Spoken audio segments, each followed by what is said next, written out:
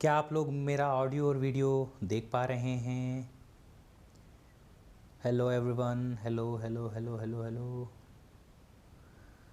Confirm करिए if you guys can see me. Good evening everybody, good evening good evening good evening, नमस्कार नमस्कार नमस्कार। काफ़ी देर से मैं कोशिश कर रहा हूँ कि मेरा वीडियो और ऑडियो आप तक पहुँचे। 2 मिनट हो गए मुझे, पर अब जाके लाइन सही पकड़ी है, रॉन्ग नंबर नहीं लगा। कैसे हैं आप सब लोग? How are you guys? Everybody is good, everything is fine at your end. जल्दी से कंफर्म करिए आप सब लोग ठीक हैं। टेलीग्राम की लिंक बेटा विश्वदीप सर नाम लिखो मेरा, बिना स्पेस के टेलीग्राम का लिंक अरे मिल जाएगा। तुम कहाँ आ गए भैया? VISHVADEEPSIR,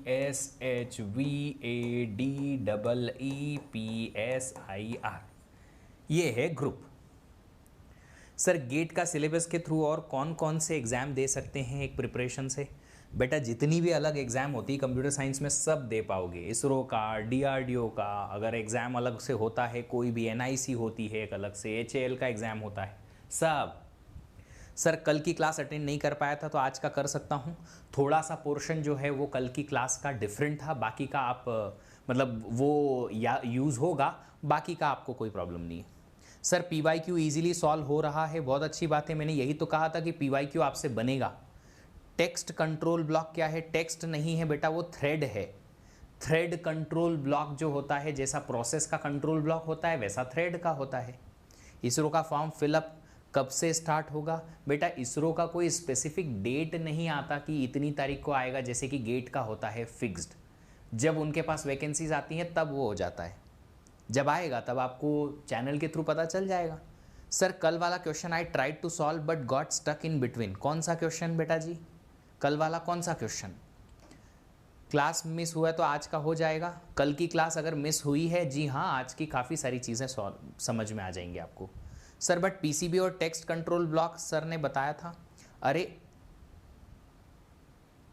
बेटा जी मैंने थ्रेड कंट्रोल ब्लॉक बताया था, TCB, टेक्स्ट कंट्रोल ब्लॉक नहीं, TCB बताया था मैंने, TCB। I solve all problems scheduling on PYQ but some problem system. ये मेरे को भी समझ में नहीं आ रहा क्या लिखा है। देखो PYQs जब भी आप ट्राई करते हो ना, आपसे कोई भी ऐसा नहीं होता है जिससे 100% PYQ पहली बार में बन जाएंगे। अगर आपसे 50 to 60% PYQ पहले अटेम्प्ट में बनते हैं, इसका मतलब है कि आप बहुत सही हैं।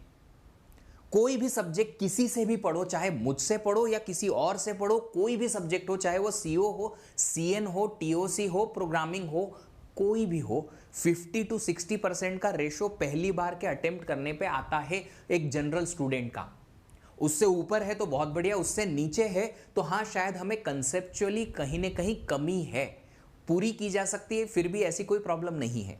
सो अगर PYQ सॉल्व कर सकते हो 50-60% तो कोई प्रॉब्लम नहीं है। विष्णु जी, जो समीर खान जो हैं वो हमारे बैच मैनेजर हैं।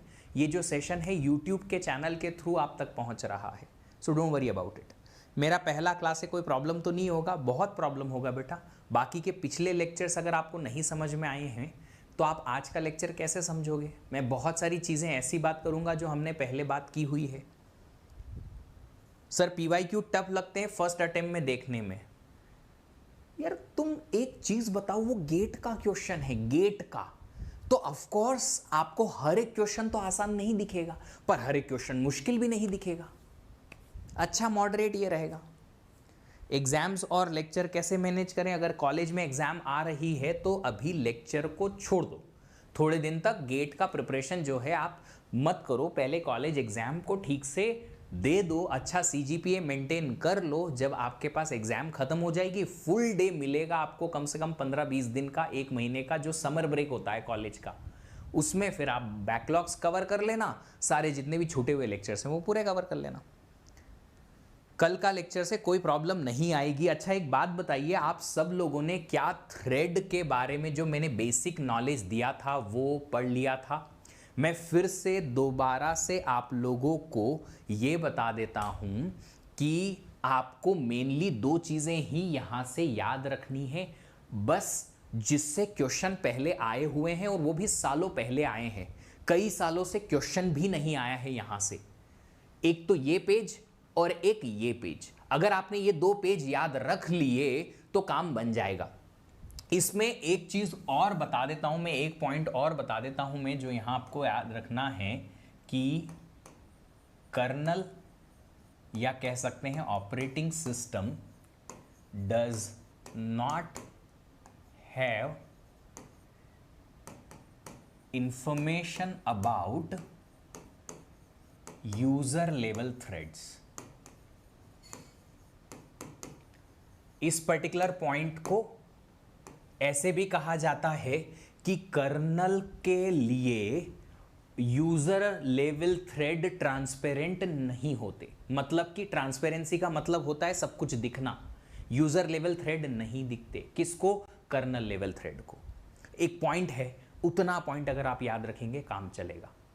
ठीक है, अब जो आपके इधर उधर के क्वेश्चन आ रहे हैं प्रिपरेशन रिलेटेड, उन प्रॉब्लम्स को हम एक एक करके सुलझाएंगे, पर अभी नहीं, अभी पहले टेक्निकल चीज़ों पे बात कर लेते हैं। कोर्स जो है वो इंपॉर्टेंट है ना। चलिए, अभी सिस्टम कॉल जो है क्या होता है, मैंने आपको पहले भी बताया था। सिस्टम कॉल एक तरीका है जिससे कि यूज़र हो या दूसरी कोई प्रोग्राम हो या एप्लीकेशन हो आपका यूज़र लेवल का, वो ऑपरेटिंग सिस्टम की सर्विसेज को कॉल करता है यूज़ करने के लिए उसकी सर्विस को। तो it's a programmatic way in which a computer program request a service from kernel. Kernel मतलब ऑपरेटिंग सिस्टम। तो अगर ऑपरेटिंग सिस्टम से कोई भी रिक्वेस्ट करनी है तो कौन करेगा? हम या कोई भी हमारी एक एप्लीकेशन करेगी, पर कैसे करेगी? सिस्टम कॉल के थ्रू। अब ऐसे बहुत सारे सिस्टम कॉल होते हैं अलग अलग टाइप के। उन सिस्टम कॉल के बारे में आपको बहुत ज़्यादा जानकारी अगर नहीं भी है चलेगा, कोई प्रॉब्लम नहीं है, क्योंकि ये ऑपरेटिंग सिस्टम स्पेसिफिक होते हैं। पर एक दो सिस्टम कॉल ऐसे हैं जो अभी रीसेंट पास में भी और पहले भी देखे गए हैं, समथिंग लाइक फोक सिस्टम कॉल, उसके बारे में मैं बताऊंगा। पर सिस्टम कॉल कैसे काम करता है इसके बारे में भी मैंने आपको पहले बताया हुआ है। कहां पे? जब हम बात कर रहे थे डुअल मोड ऑफ ऑपरेशन। ठीक है, डुअल मोड ऑफ ऑपरेशन में जहां बात की थी वहां पे डुअल मोड ऑफ ऑपरेशन में जब मैंने कहा था यूजर मोड और कर्नल मोड दो अलग अलग मोड होते हैं, बताया था ना मैंने। वहां पे बताया था कि सिस्टम कॉल होता है। तो देखो सिस्टम कॉल का कैसे काम चलता है। एक कोई प्रोसेस है जो यूजर स्पेस में अभी एग्जीक्यूट हो रही है और इसको कोई तो ऑपरेटिंग सिस्टम से काम है, तो ये क्या करेगी? ये रिक्वेस्ट करेगी किसका? यूजर स्पेस से ओएस की ऑपरेशन का। ठीक है, जैसे ही ओएस की रिक्वेस्ट करता है ये प्रोसेस, तो ऑपरेटिंग सिस्टम के पास एक इंटरप्ट जाता है। ऑपरेटिंग सिस्टम के पास क्या जाता है? एक इंटरप्ट जाता है। इसी चीज को ट्रैप टू ओएस भी कहते हैं।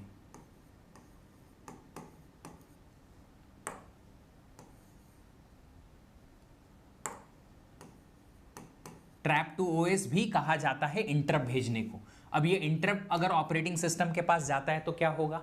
ऑपरेटिंग सिस्टम एग्जीक्यूट होना शुरू होगा। जी हां, तो सिस्टम का कंट्रोल ट्रांसफर होता है कर्नल पे, मतलब ओएस पे। इसका मतलब है कि यूजर मोड से अब कर्नल मोड में बात चली गई है। बात जो है यूजर मोड से कर्नल मोड में चली गई है। यहां से मोड चेंज हो जाएगा यूजर टू कर्नल मोड, तो यहां पे कर्नल मोड ऑन हो जाएगा।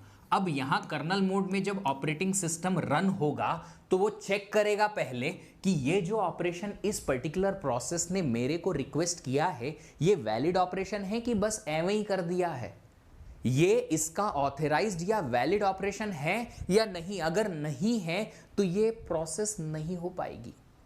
एक ऑपरेशन का एग्जाम्पल बताता हूं मैं। क्या आपने कभी भी किसी दूसरे के कंप्यूटर सिस्टम पे लॉगिन किया है? जब कोई दोस्त के यहां आप अपना कंप्यूटर सिस्टम नहीं ले जाते और किसी दोस्त के कंप्यूटर सिस्टम पे लॉगिन करते हो तो वो क्या करता है ना, एक नया गेस्ट अकाउंट बना के और तुमको लॉगिन करवाता है। किया है कभी ऐसा? गेस्ट अकाउंट पे लॉगिन किया है? अंशुल बिल्कुल समझ में आएगी बात। गेस्ट अकाउंट पे अगर लॉगिन करते हो ना, तो उस गेस्ट अकाउंट में क्या होता है ना, एडमिनिस्ट्रेटर की जो सर्विसेज हैं वो आपको अलाउड नहीं होती ना। मतलब आप नया सॉफ्टवेयर इंस्टॉल नहीं कर सकते, कोई सॉफ्टवेयर है उसको अनस्टॉल नहीं कर सकते, बहुत सारे ऑप्शंस होते हैं। तो मान लो आपने गेस्ट अकाउंट में, विंडोज ऑपरेटिंग सिस्टम की बात कर रहा हूं, उसमें एक ऑप्शन होता है गेस्ट अकाउंट बनाने का। तो अगर गेस्ट अकाउंट से आपने लॉगिन किया और वहां पे आपने एक सॉफ्टवेयर इंस्टॉल करने की कोशिश करी, तो सॉफ्टवेयर इंस्टॉल करने के लिए जब ऑपरेटिंग सिस्टम देखेगा कि ये इंस्टॉल करूं कि नहीं करूं, मना कर देगा, भैया गेस्ट हो तुम, तुम्हारे पास ये फैसिलिटी नहीं है। तो जो उस प्रोसेस को एग्जीक्यूट होके आगे बढ़ना था और वो प्रोसेस बोल रही थी कौन सी, वो EXE फाइल जिससे तुम सॉफ्टवेयर इंस्टॉल कर रहे हो, वो EXE फाइल जिस पे डबल क्लिक करके तुम सॉफ्टवेयर इंस्टॉल कर रहे हो, वो EXE फाइल एग्जीक्यूट होने आएगी, एक प्रोसेस बनेगी। जब वो प्रोसेस आगे बढ़ने लगेगी तब पता चलेगा ऑपरेटिंग सिस्टम को कि इस फाइल का जो एग्जीक्यूशन है ये अलाउड नहीं है, मना कर दिया जाएगा। वही बात है कि कभी कभी कुछ ऑपरेशन ऐसे कोई प्रोसेस रिक्वेस्ट कर लेती है जो ऑपरेशन अलाउड नहीं होते हैं उसे। तो पहले ऑपरेटिंग सिस्टम अगर ऑपरेशन कोई रिक्वेस्ट हुआ है तो चेक करेगा कि ये ऑपरेशन कैन बी डन और नॉट, ये ऑपरेशन कैन बी डन और नॉट। अगर ये ऑपरेशन हो सकता है तो कर्नल वो ऑपरेशन परफॉर्म करेगा, मतलब OS वो ऑपरेशन परफॉर्म करेगा और फिर आउटपुट जो है वो यूजर प्रोसेस को दे देगा कि देखो हमने कर दिया है, ले आउटपुट ले लो। ऐसे ये सिस्टम कॉल चलता है। ठीक है सुमन, ये स्केलर टाइप का इंटरप्ट नहीं होता है, ये दूसरे टाइप का इंटरप्ट होता है, वेक्टर्ड इंटरप्ट होता है ये। ठीक है, अब बात आती है कि कौन कौन से सिस्टम कॉल आते हैं। बहुत सारे टाइप के सिस्टम कॉल आते हैं। अगर आप टाइप करोगे इंटरनेट पे system call in Unix system, तो इतनी सारी आपके पास अलग अलग टाइप की सिस्टम कॉल के फंक्शन आपको देखने को मिलेंगे जो आप अपने प्रोग्राम्स में लिख के भी यूज कर सकते हो। ठीक है, तो अब यहां पे हम एक सिस्टम कॉल जो है उसका एग्जाम्पल लेने वाले हैं क्योंकि इससे क्वेश्चन आए हुए हैं। कौन सा है सिस्टम कॉल? फोक। ये फोक क्या करता है? ये फोक जो है, आप किसी प्रोग्राम के अंदर फोक फंक्शन कॉल लिखो तो ये फोक फंक्शन जो है ये ऑपरेटिंग सिस्टम को कॉल करता है और बोलता है कि ये जो करंट प्रोसेस रन हो रही है इसकी एक और कॉपी बना दो जिसे हम चाइल्ड प्रोसेस कहेंगे। प्रोसेस की एक और कॉपी बना दी जाए। मल्टी थ्रेडिंग वाला केस नहीं है ये, मल्टीपल प्रोसेसेस, एक ही प्रोसेस की एक और कॉपी बन जाना, that is what I am talking about. ठीक है, हां जी, तो ये क्या होगा? OS can reject system call if it is busy. Operating system कोई बिजी वीजी वाला सीन नहीं है यहां। ऑपरेटिंग सिस्टम सिस्टम कॉल को रिजेक्ट तब करेगा जब वो सिस्टम कॉल वैलिड नहीं होगा, अदरवाइज ऐसा कोई इंटरप्ट रिजेक्शन वाला केस यहां नहीं आता। ऑपरेटिंग सिस्टम का काम है कि यूजर प्रोसेस की बात माने और उसके डेजिग्नेटेड या आस्क्ड वर्क को करे, पूछे हुए काम को करे, पर वो तभी जब वो पूछा हुआ काम वैलिड है। अगर वैलिड नहीं है तो OS मना कर देगा। ठीक है, तो फोक सिस्टम कॉल क्या करता है? फोक सिस्टम कॉल अगर आपने यूज किया तो ये क्या करता है? एक नई प्रोसेस क्रिएट करा देगा जो कि क्या कहलाती है? चाइल्ड प्रोसेस कहलाती है। अब एक नई प्रोसेस अगर क्रिएट हुई तो इसका कोड, सर जिस भी प्रोग्राम में आपने फोक लिखा है उसी प्रोग्राम की ही एक और कॉपी बन जाती है, मतलब duplicate copy. Same program as it is दूसरा प्रोग्राम का, उसी प्रोग्राम का एक और प्रोग्राम बन जाएगा, मतलब प्रोसेस वही है, उसकी एक और कॉपी बन जाएगी वही सेम कोड के साथ में, उसे कहेंगे चाइल्ड प्रोसेस। सर मेरा आज फर्स्ट डे है, लाइव देख सकते हैं? बिल्कुल देख सकते हैं जी। चलिए अब देखो, चाइल्ड प्रोसेस अगर बनी है तो वो भी कॉन्करेंटली रन होती है किसके साथ में? जो भी पेरेंट प्रोसेस जिसने उसे बनाया है।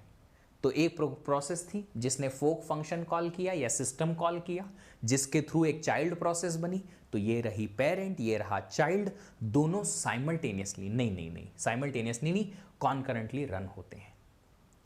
सी लैंग्वेज, बिल्कुल सी लैंग्वेज के प्रोग्राम में हम लिख के देखेंगे, पर उसके पहले मैं आपको एक छोटी सी चीज बताता हूं जो आपके लिए बहुत जरूरी है जानना।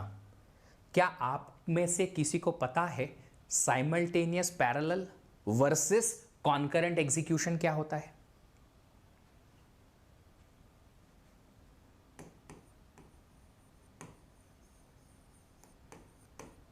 पैरेलल एग्जीक्यूशन, जिसे हम साइमल्टेनियस भी कहते हैं, और दूसरा होता है कॉन्करेंट एग्जीक्यूशन।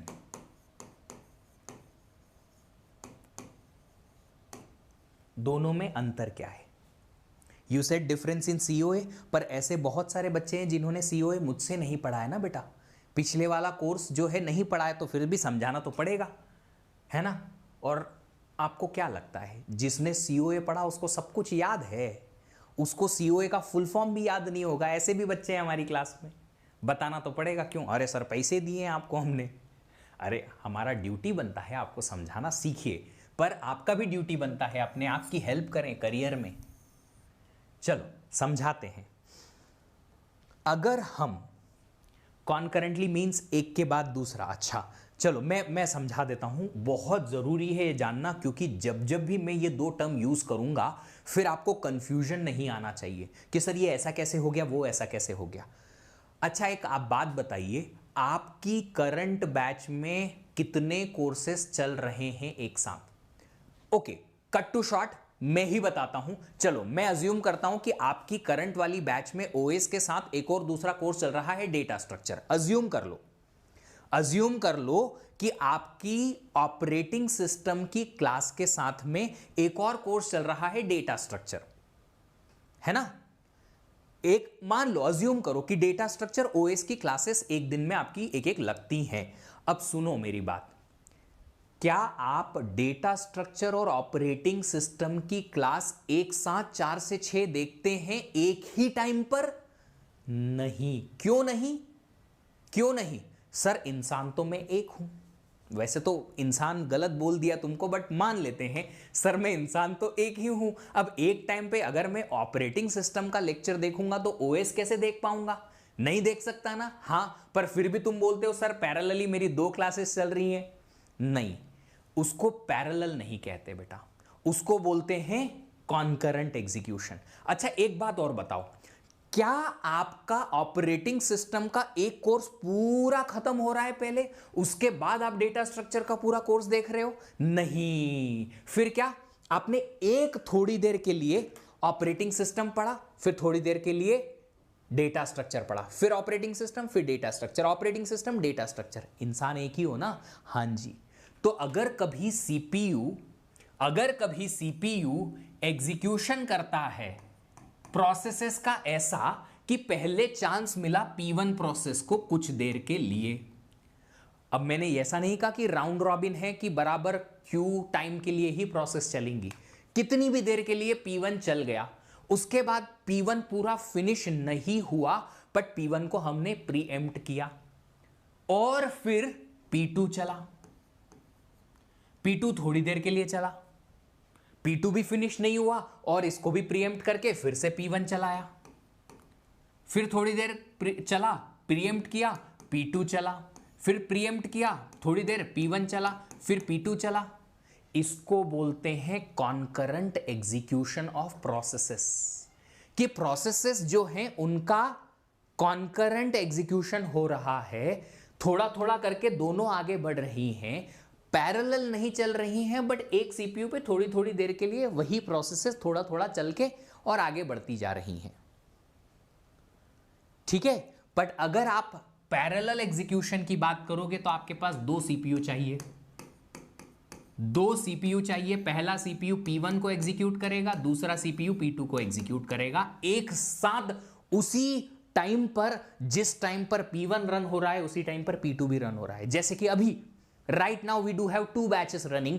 अभी मैं पढ़ा रहा हूं हिंदी बैच में आपको ऑपरेटिंग सिस्टम, एक सत्या सर हैं हमारे जो पढ़ा रहे हैं C programming and data structure, English batch में 4 से 6 पे 4 to 6 टाइम में। तो ये पैरेलल एग्जीक्यूशन है। हां, पर उसमें हो क्या रहा है, हमारे पास 2 अलग अलग टीचर हैं जो 2 अलग अलग स्टूडेंट्स को या अलग अलग सेट ऑफ स्टूडेंट्स को पढ़ा रहे हैं। That is the difference. CPU, execution parallel, और ये होगा कॉन्करेंट, है ना। अब देखो बात ये आती है कि अगर कॉन्करेंट एग्जीक्यूशन है तो इसको थोड़ा समझो। हम कोडिंग के थ्रू इसको समझने की कोशिश करेंगे, क्योंकि आगे अगले चैप्टर में, सिंक्रोनाइजेशन चैप्टर में इसकी जरूरत पड़ेगी, है ना, मजा आएगा समझने में। P1 प्रोसेस है, P1 प्रोसेस का कुछ तो इंस्ट्रक्शन रहा होगा, P1 प्रोसेस का कुछ तो इंस्ट्रक्शन रहेगा ना। यहां पे ढेर सारे इंस्ट्रक्शंस है P1 प्रोसेस के, दीज आर द इंस्ट्रक्शंस। और P2 प्रोसेस है, उसके भी अपने इंस्ट्रक्शंस हैं ढेर सारे। जब हम कहते हैं कि हम कॉन्करेंट एग्जीक्यूशन कर रहे हैं, तो इसका मतलब है कि P1 प्रोसेस के कुछ नंबर ऑफ इंस्ट्रक्शन हमने एग्जीक्यूट किए यहां इतने टाइम में, उसके बाद P1 को यहां कहीं बीच में प्रीएम्प्ट करना पड़ा। जब P1 प्रीएम्प्ट हुआ, इतना वो चल चुकी है। अब उसके बाद में P2 को चांस मिला, P2 के कुछ इंस्ट्रक्शंस एग्जीक्यूट हुए, कितने मुझे पता नहीं, बट कुछ नंबर ऑफ इंस्ट्रक्शन एग्जीक्यूट हुए इतने टाइम में। फिर वापस P2 को प्रीएम्प्ट किया और P1 को चांस मिला, P1 आया, एग्जीक्यूशन किया CPU पे, तो P1 के कुछ आगे वाले इंस्ट्रक्शन एग्जीक्यूट हुए। फिर P1 प्रीएम्प्ट हुआ यहां पे और P2 के चांस मिला, तो उसने आगे वाले इंस्ट्रक्शन एग्जीक्यूट किए, ये एग्जीक्यूट हुआ। फिर P1 का चांस आया, फिर P2 का चांस आया, ऐसे करते करते प्रोसेसेस कॉन्करेंटली एग्जीक्यूट होंगी।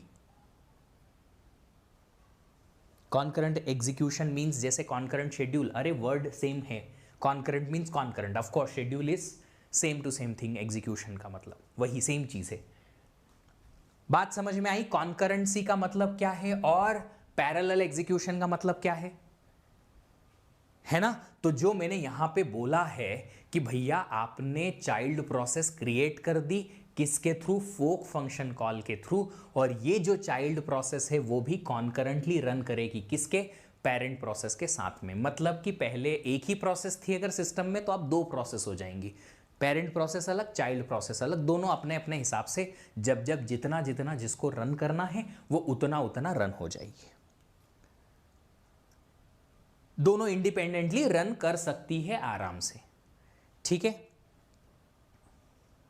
How do we know how much of P1 और P2 gets executed at a time? हमको नहीं पता चलेगा, वही तो मैंने कहा, मुझे नहीं पता कि कितना P1 एक बार में चल पाएगी या कितना P2 एक बार में चल पाएगी, मैं कैसे नहीं पता कर सकता हूं?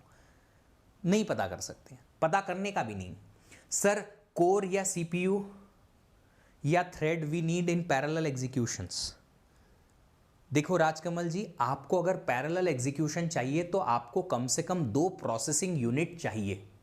2 प्रोसेसिंग यूनिट जो है वो 2 CPU लगाओ या 2 कोर लगा दो, एक ही बात है। मल्टी थ्रेडिंग कर भी दी आपने मान लो, पर मल्टी थ्रेडिंग में एक से ज्यादा थ्रेड तो एक साथ रन नहीं कर सकता अगर CPU एक ही है तो। CPU अगर एक है तो मल्टी थ्रेडिंग लगाने के बाद भी पैरेलल एग्जीक्यूशन कैसे करोगे? पैरेलल नहीं हो सकता जब तक कि आपके पास मल्टीपल प्रोसेसिंग यूनिट ना हो। सानिया बोलती हैं what is the advantage of making child process? Advantage of making child process is something sometimes like, मुझे एक काम को करना है, ये प्रोसेस भी वही काम करेगी, दूसरी प्रोसेस भी वही काम करेगी, बट 2 अलग अलग इनपुट पे, तो इसकी प्रोग्रेस इसके इनपुट के हिसाब से, इसकी प्रोग्रेस इसके इनपुट के हिसाब से, इसलिए हमें चाइल्ड प्रोसेस बनानी है। जो हमने कल बात की थी कि हम मल्टी थ्रेडिंग क्यों करते हैं, वो मल्टी थ्रेडिंग इसीलिए करते हैं ताकि हमें मल्टीपल प्रोसेस ना बनानी पड़े। सर फास्ट स्विचिंग होता है concurrent that OS like parallel में चल रहा है? लक्ष्य बाबूजी, लगता है पैरेलल में चलता है बट है नहीं, कॉन्करेंट ही चलता है। चलिए फोक सिस्टम कॉल जो है वो कैसे काम करता है? आप क्या कर सकते हो बेसिकली, अपने किसी भी सी प्रोग्राम में, अब सी प्रोग्राम लिखने के लिए मुझे उम्मीद है कि आपको बेसिक वाली चीजें तो पता ही होंगी।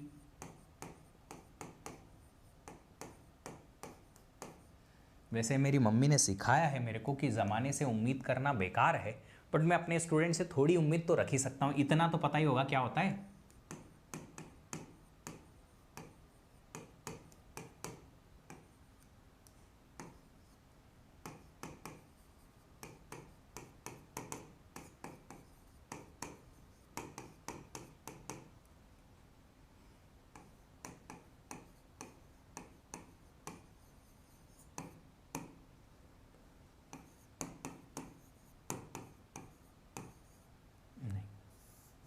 इतना ही बहुत है, ज़्यादा तारीफ मैं नहीं करूँगा अपनी।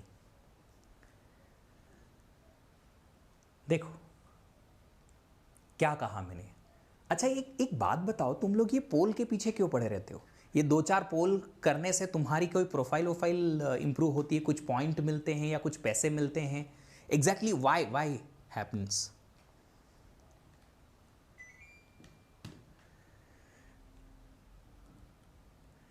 तो अगर आप सी प्रोग्रामिंग में ऐसा फोक स्टेटमेंट लिख देते हैं तो ये भी एक सिस्टम कॉल करेगा ऑपरेटिंग सिस्टम को। तो ये फंक्शन जो हमने लिखा है फोक फंक्शन, फोक ऑफ कोर्स उसके बाद में कोई स्पेस नहीं है, याद रखिएगा। फोक के बाद तुरंत फंक्शन का ये और ये, तो ये क्या है, एक सिस्टम कॉल है जिससे क्या बनेगी, चाइल्ड प्रोसेस बनेगी। क्या बनेगी? एक चाइल्ड प्रोसेस बनेगी। अब ये चाइल्ड प्रोसेस जो है लीडर बोर्ड में दिखाना है इनको, पर लीडर बोर्ड पे, ये लीडर बोर्ड पे दिखने से होता क्या है, एग्जैक्टली व्हाट हैपेंस अगर आप लीडर बोर्ड पे दिखते हो अपने आप को? तो एक लीडर बोर्ड जनरेट होगा मार्च 2025 में या 26 में। उस लीडर बोर्ड पे अल्टीमेट ध्यान होना चाहिए।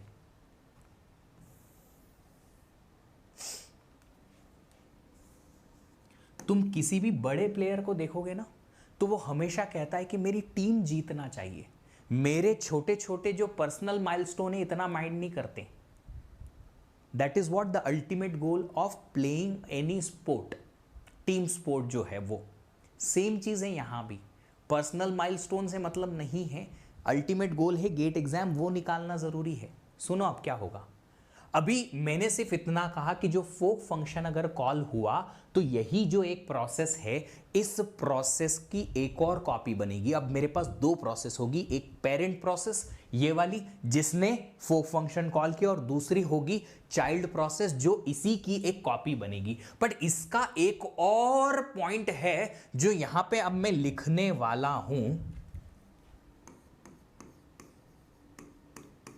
चाइल्ड प्रोसेस जब बनती है ना तो वो शुरुआत से एग्जीक्यूट नहीं होती, स्टार्टिंग से एग्जीक्यूट नहीं होती। चाइल्ड प्रोसेस जब बनती है तब वो एग्जीक्यूट होती है वहां से जहां से वो बनी है। मतलब जिस फोक कॉल के बाद वो चाइल्ड प्रोसेस बनी है उसके आगे वो एग्जीक्यूशन शुरू करती है। तो child process starts executing after the fork call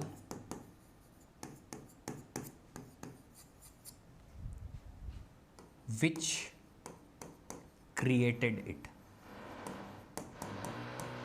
What does it mean? मैं एक काम करता हूं, थोड़ा सा चेंज करने की कोशिश करता हूं इस प्रोग्राम में, एक छोटा सा चेंज कर देता हूं। और ये छोटा सा चेंज जो है वो ये है कि मैंने यहां लिखा पहले प्रिंट एफ हेलो और यहां पे एक स्पेस दे दिया, ठीक है? हां जी, और उसके बाद फोक लिखा और उसके बाद प्रिंट लिखा। अब देखो होता क्या है, समझ लो पूरी बात पहले, उसके बाद इधर उधर के जितने भी आपके क्वेश्चंस हैं वो पूछ लीजिएगा। मैंने आपको सीओए में बताया, ओएस में नहीं बताया। मेरे ना टीचर एक कहानी कहा करते थे। मेरे टीचर बोला करते थे क्लासरूम में आके कि मैंने इतना बड़ा खरगोश देखा। फिर हम बच्चे बोलते थे सर इतना बड़ा खरगोश तो होता ही नहीं है। बेटा ये नीचे वाला हाथ तो लाने दो। तो जब आपका क्वेश्चन आए उसके पहले ये नीचे वाला हाथ आ जाने दो, सारी चीज़ें पता चल जाएंगी।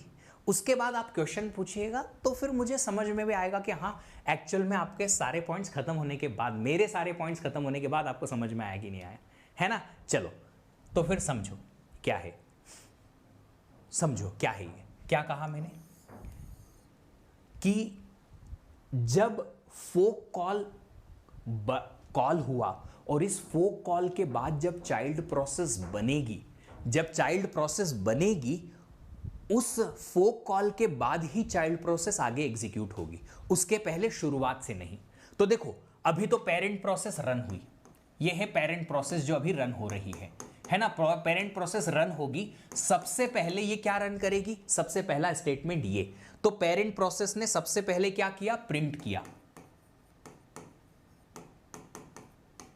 हेलो, है ना, कैपिटल एच के साथ कर दिया। पेरेंट प्रोसेस ने ये हेलो प्रिंट कर दिया, तो जो आउटपुट हमें दिखेगा वो आउटपुट में दिखेगा सबसे पहले HELLO दिख गया। उसके बाद पेरेंट प्रोसेस ने क्या किया, फोक कॉल किया। जैसे ही पेरेंट प्रोसेस ने फोक कॉल किया तो अब इसी प्रोसेस की एक और दूसरी कॉपी बनेगी, एक और रेप्लिका बनेगी, जिसको हम बोलते हैं चाइल्ड प्रोसेस। उस चाइल्ड प्रोसेस में होगा क्या, उस चाइल्ड प्रोसेस में इसी प्रोसेस का ही कोड आएगा। तो चाइल्ड प्रोसेस बन जाएगी, पेरेंट अलग चाइल्ड अलग। ये पेरेंट प्रोसेस इधर गई, चाइल्ड प्रोसेस भी इधर गई। अब ये एक एक करके रन होंगी। जी हाँ, पर आप ये बताइए, पेरेंट प्रोसेस यहां तक तो एग्जीक्यूट हो चुकी है। जी हाँ, उसके बाद पेरेंट प्रोसेस क्या चलाएगी, ये विश्वदीप सर प्रिंट करेगी। तो पेरेंट प्रोसेस आगे बढ़ेगी और यहां पे प्रिंट करेगी, क्या प्रिंट करेगी, विश्वदीप सर।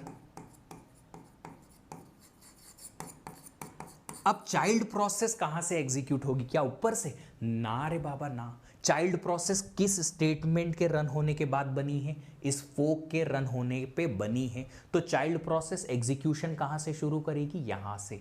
जो फोक जिसने इस चाइल्ड को बनाया उसके आगे वाले स्टेटमेंट से ये एग्जीक्यूट होना शुरू होगी। तो होगा क्या, चाइल्ड प्रोसेस सिर्फ और सिर्फ ये वाला स्टेटमेंट रन करेगी। फिर से रिपीट कर देता हूं, मैंने ये पॉइंट लिखा है कि चाइल्ड प्रोसेस जो है एग्जीक्यूट होना स्टार्ट होती है जहां फोक कॉल आया था, जिस फोक कॉल ने उसे बनाया था उसके बाद से, शुरुआत से नहीं होती। तो जिस फोक कॉल ने चाइल्ड को बनाया उसके बाद ही ये स्टार्ट होगी। तो चाइल्ड प्रोसेस सिर्फ और सिर्फ एक स्टेटमेंट रन करेगी, वो भी प्रिंट वाला स्टेटमेंट।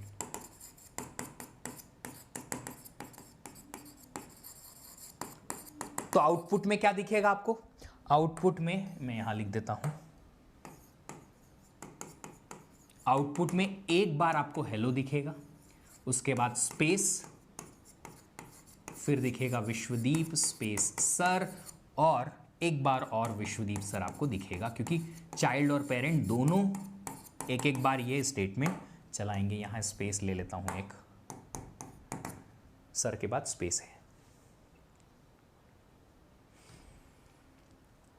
तो ये एक बात तो आपको समझ में आई, एक बात तो आपको ये समझ में आ गई। क्या समझ में आ गई जी, वो कि अगर फोक स्टेटमेंट चला, चाइल्ड प्रोसेस बनी, तो चाइल्ड प्रोसेस कहां से रन होना स्टार्ट होगी ये बताना चाहता था। ये पॉइंट सबको क्लियर हो गया, यस और no? Are you guys okay with this point कि चाइल्ड प्रोसेस जो है वो पूरी की पूरी प्रोसेस क्रिएट होगी और उसका एग्जीक्यूशन आगे जो होगा वो सिर्फ वहां से होगा जहां से फोक कॉल आया।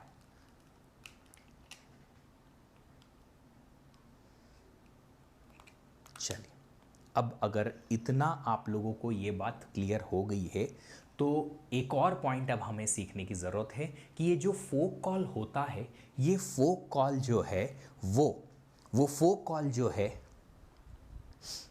राज सरकार जी आप ऐसा क्वेश्चन पूछ के, मुझे नहीं लगता कि कोई नॉर्मल सी बात है। अगर प्रिंटएफ 2 बार चलेगा तो स्कैनएफ भी 2 बार चलेगा, 2 बार अलग अलग चल जाएगा।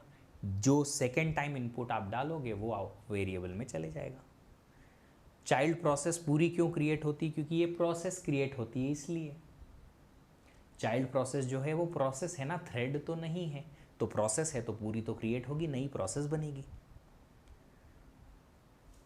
चलिए, अब क्या हुआ, अब बात यह है कि ये जो फोक कॉल आपने किया है, ये फोक कॉल जो है इसमें क्या पैरामीटर्स जाते हैं। हमने तो कोई पैरामीटर नहीं डाला सर, कोई पैरामीटर नहीं डाला, नहीं। तो इस फोक कॉल के टाइम पे कोई पैरामीटर आपको देने की जरूरत नहीं होती है।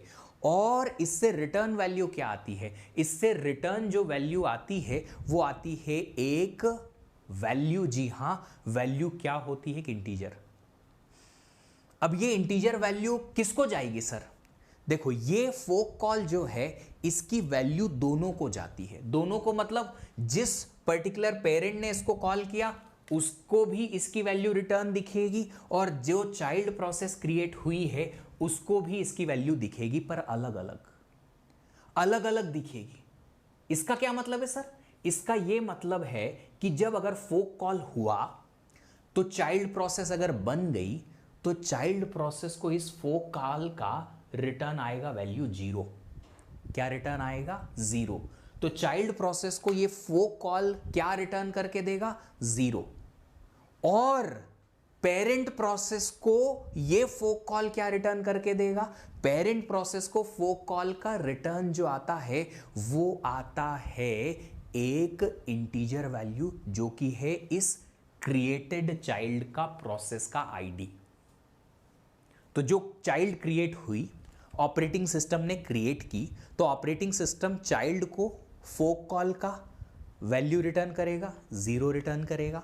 और पेरेंट को ऑपरेटिंग सिस्टम क्या रिटर्न करके देगा? जो चाइल्ड क्रिएट हुई है ना, इसका आईडी, जो क्रिएटेड चाइल्ड है उसका आईडी। तो ये देखो यहां पे मैंने दो चीजें यहां लिखी हैं, आप देखिएगा। अगर पैरामीटर है, नहीं है, एक इंटीजर वैल्यू ये रिटर्न करता है, इसको अभी आप इग्नोर करिएगा। 0 होता है return to the newly created child process, और positive value return to the parent और caller the value contained process ID of newly created child process. रुको रुको रुको रुको रुको रुको रुको रुको रुको रुको रुको। अब हैश इंक्लूड stdio.h समझ लेना कि लिखा है ऊपर। हाँ सर एरर आ जाएगी, stdio.h तो लिखा ही नहीं आपने। दूसरों की गलतियां तो निकालना बनता है बॉस।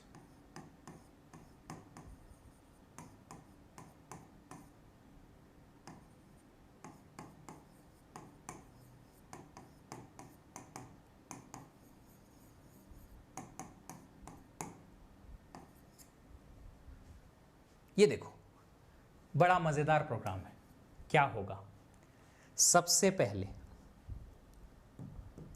पहले यहां आए हम। अच्छा एक बात बताओ, अगर इफ के अंदर कुछ लिखा है तो पहले इफ की कंडीशन चेक होगी या अंदर का ये एक्सप्रेशन रन होगा?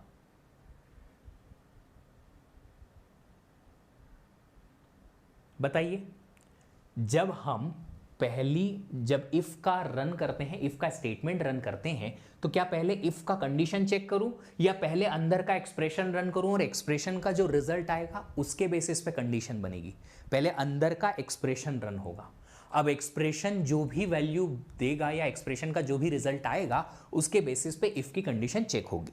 तो पहले मैंने अंदर का एक्सप्रेशन रन किया, ये वाला। तो इस एक्सप्रेशन को रन करने के बाद में मेरे पास दो प्रोसेस बन गई। तो जैसे ही मैंने पेरेंट का फोक कॉल किया, दो प्रोसेस बन गई। एक प्रोसेस आई पेरेंट और दूसरी आई चाइल्ड। अब बताइए इस फोक कॉल के लिए पेरेंट को यहां इसका रिटर्न्ड वैल्यू क्या मिलेगा? रिटर्न्ड वैल्यू मिलेगा एक पॉजिटिव वैल्यू। अगर पेरेंट के लिए ये पॉजिटिव वैल्यू आया, ये वाली वैल्यू, तो if some positive value non zero, if के अंदर जो दिखेगा वो दिखेगा क्या? पेरेंट जो चेक करेगा वो चेक करेगा if non zero integer which is nothing but which is process ID of child. ऐसा कुछ इफ के अंदर दिखेगा। अब बताइए अगर इफ के अंदर आपने नॉन जीरो वैल्यू दी तो ये कंडीशन तो ट्रू हो जाती है। ये इफ का बेसिक आइडिया है प्रोग्रामिंग जो हम सीखते हैं वहां पे। तो अगर इफ में अंदर आपने नॉन जीरो वैल्यू दी, कंडीशन ट्रू हो गई, हम इफ के अंदर गए, ये प्रिंट करेगा। क्या प्रिंट करेगा? हेलो। ओ हेलो, हम आ गए। हो गया इतना? अरे भैया ये लूप नहीं है, इफ है, इफ, वाइल नहीं है। यहां पे चाइल्ड प्रोसेस के बाद क्या आएगा? चाइल्ड प्रोसेस के पास इस फोक का रिटर्न आएगा 0। इफ 0, क्यों? क्योंकि चाइल्ड को ऑपरेटिंग सिस्टम क्या रिटर्न करके देगा? फोक का 0। तो अगर इफ 0 आया, कंडीशन फॉल्स, ये बाहर हो जाएगी, नथिंग प्रिंटेड, ये कुछ प्रिंट नहीं करेगी। वहीं एंड हो जाएगा, खत्म होगी बात।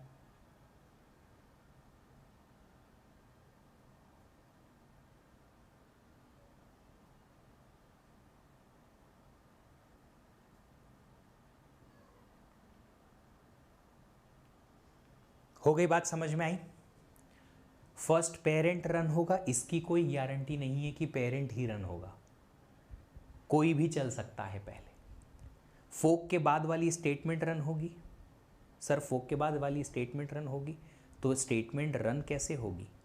यहां पे फोक जो है वो इफ के अंदर लिखा है, इस फोक के लिए पेरेंट को मिलेगा पॉजिटिव वैल्यू और इसी फोक के लिए चाइल्ड को मिलेगा 0 वैल्यू। क्यों? क्योंकि ये फोक जो है, दो प्रोसेस अगर बन जाएंगी तो दोनों प्रोसेस को अलग अलग वैल्यू रिटर्न करवाएगा।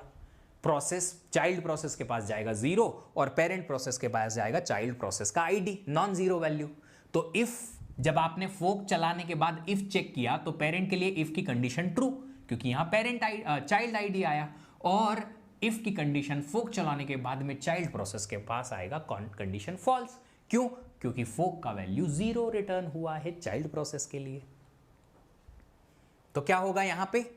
सिर्फ और सिर्फ इफ की कंडीशन ट्रू होगी पेरेंट के लिए, एक बार प्रिंट होगा हेलो एंड दैट्स इट। तो अगर यहां पे आउटपुट जो है देखेंगे हम, तो आउटपुट सिर्फ एक बार हेलो प्रिंट होगा, दैट्स इट। ठीक है? Is that okay? चलो अब समझो जरा, यहां पे एक और चीज है। मान लो फोक कॉल किया गया और फोक की वजह से नया प्रोसेस नहीं बन पाया, चाइल्ड प्रोसेस नहीं बना पाया ओएस किसी एरर या कोई भी इशू की वजह से, तो क्या आएगा? एक नेगेटिव वैल्यू रिटर्न जाएगी। किसके पास में? फोक की पेरेंट प्रोसेस के पास में, जो प्रोसेस ने फोक कॉल किया था उसको। Creation of a child process was unsuccessful, इस केस में नेगेटिव वैल्यू रिटर्न होगी। सिर्फ एक ही प्रोसेस रहेगी हमारे पास पेरेंट, चाइल्ड तो बन नहीं पाया। नॉन जीरो कैसे पता चला? एक बार वापस बताना, ये क्या लिखा है देखो। रिटर्न टू पेरेंट और caller the value content process ID of newly created child process. किसी भी चाइल्ड प्रोसेस का आईडी रिटर्न होता है प्रोसेस को पेरेंट वाली। अब प्रोसेस का आईडी है तो वो तो नॉन जीरो ही वैल्यू रहेगी ना, जीरो थोड़ी हो सकती।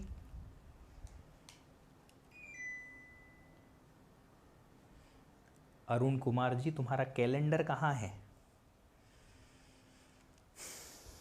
चलिए अब एक ये question. A process executes the code fork then fork, total number of whatever the question is integer type question, it is 90 second में आपको देता हूं, सॉल्व कीजिए। जब तक आप सॉल्व करेंगे मैं अपने लिए पानी लेके आता हूं, I don't have water today with me.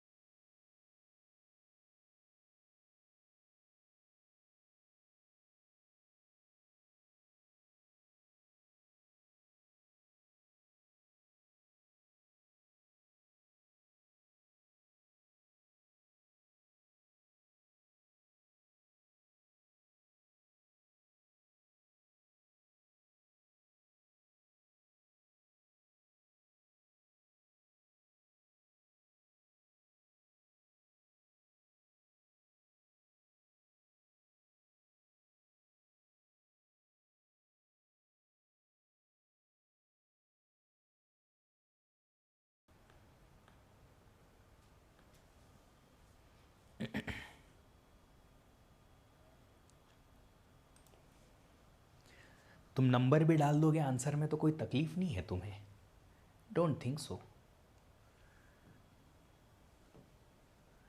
Pole stop हो गया।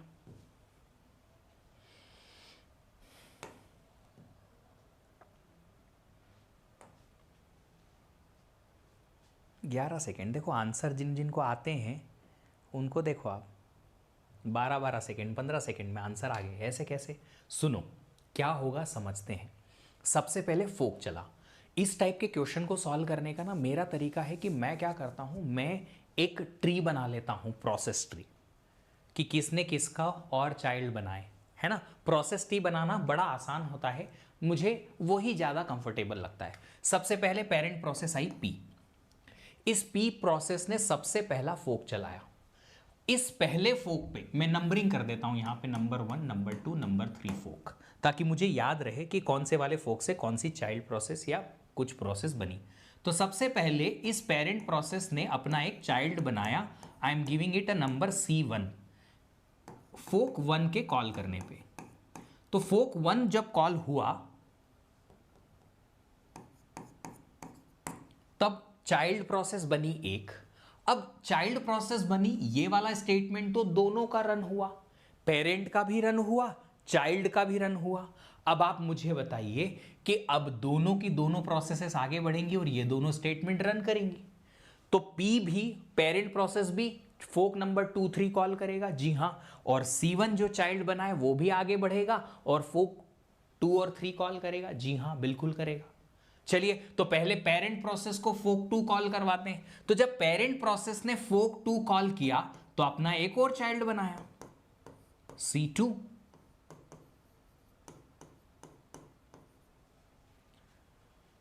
बन गया।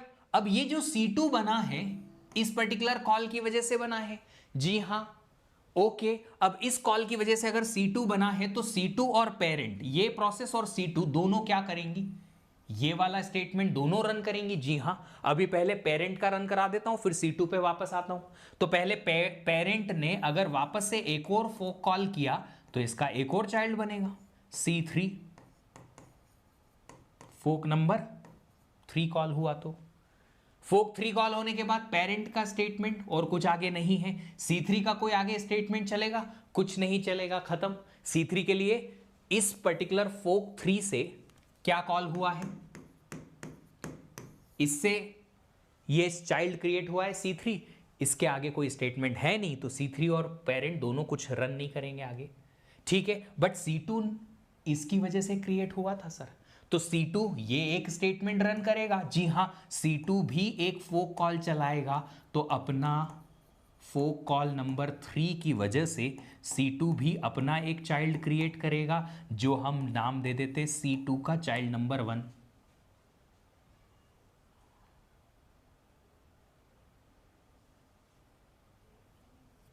है ना।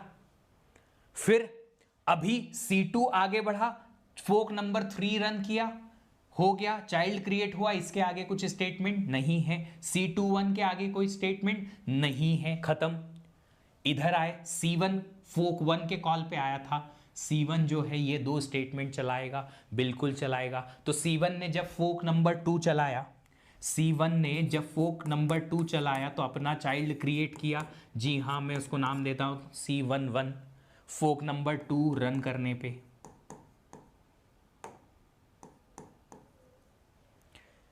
अब दोनों ये आगे बढ़ेंगी, इसके बाद तो नंबर 3 रन करेंगी, C1 भी फोक नंबर 3 रन करेगा, चाइल्ड प्रोसेस C11 इसके बाद क्रिएट हुआ है तो अगला वाला स्टेटमेंट रन करेगा, तो ये भी अपना एक और चाइल्ड क्रिएट करेगा, C12, फोक नंबर 3 की वजह से। और C11 जो है पेरेंट बनेगा एक और चाइल्ड का 111 का, फोक नंबर स्टेटमेंट 3 की वजह से। अब देखिए टोटल प्रोसेसेस आपके पास कितनी आई हैं। टोटल प्रोसेसेस आपके पास हैं 1, 2, 3, 4, 5, 6, 7 एंड 8। टोटल 8 प्रोसेसेस आपने बनाई हैं। टोटल 8 नंबर ऑफ प्रोसेसेस आपने बनाई हैं। उनमें से आपकी पहली वाली प्रोसेस जो पेरेंट थी, बाकी की सब चाइल्ड और उनके चिल्ड्रन हैं। तो एक पेरेंट, बाकी की सब चाइल्ड प्रोसेसेस, किसी न किसी की तो चाइल्ड है ही। तो हमारा आंसर जो आएगा 8 में से 7 चाइल्ड प्रोसेसेस आर क्रिएटेड, एक तो मेरे पास पेरेंट प्रोसेस थी ही। तो total number of child processes created is 7, एक पेरेंट प्रोसेस रहेगी। तो अगर यही क्वेश्चन आपसे यहां पूछा जाए कि अगर एक प्रोसेस है वो एग्जीक्यूट करती है फोक फोक फोक, लगातार फोक कॉल हो रहे हैं multiple times, n number of times, तो टोटल चाइल्ड प्रोसेस कितनी क्रिएट होंगी। तो मैं यहां लिखूंगा टोटल नंबर ऑफ प्रोसेसेस जो होंगी वो होंगी 2 पावर n उनमें से एक प्रोसेस होगी पेरेंट और बाकी की 2n-1 जो प्रोसेसेस होंगी वो होंगी चाइल्ड। तो इस क्वेश्चन के लिए आंसर जो आप टाइप करेंगे वो करेंगे 2n-1। फोक 2 का एक बार और बता दीजिए। ये रहा फोक 2, एक बार और देख लो, ये रहा फोक 2 लिखा मैंने। देखो जी, अगर ये फोक 1 चला, ये चला फोक 1, जी हाँ चल गया, इसने एक पेरेंट का एक चाइल्ड बनाया, ठीक है, तो चाइल्ड प्रोसेस आगे एग्जीक्यूट करना शुरू करेगी ना जहां से वो बनी है। जी हाँ, तो चाइल्ड प्रोसेस इस फोक के बाद बनी है तो ये 2 स्टेटमेंट रन करेगी, बिल्कुल करेगी। पेरेंट भी आगे बढ़ेगा तो वो भी ये 2 स्टेटमेंट रन करेगा, बिल्कुल करेगा। तो पेरेंट ने भी फोक 2 और फोक 3 कॉल करा, जी हाँ, चाइल्ड प्रोसेस C1 ने भी फोक 2 और फोक 3 कॉल किया, बिल्कुल किया।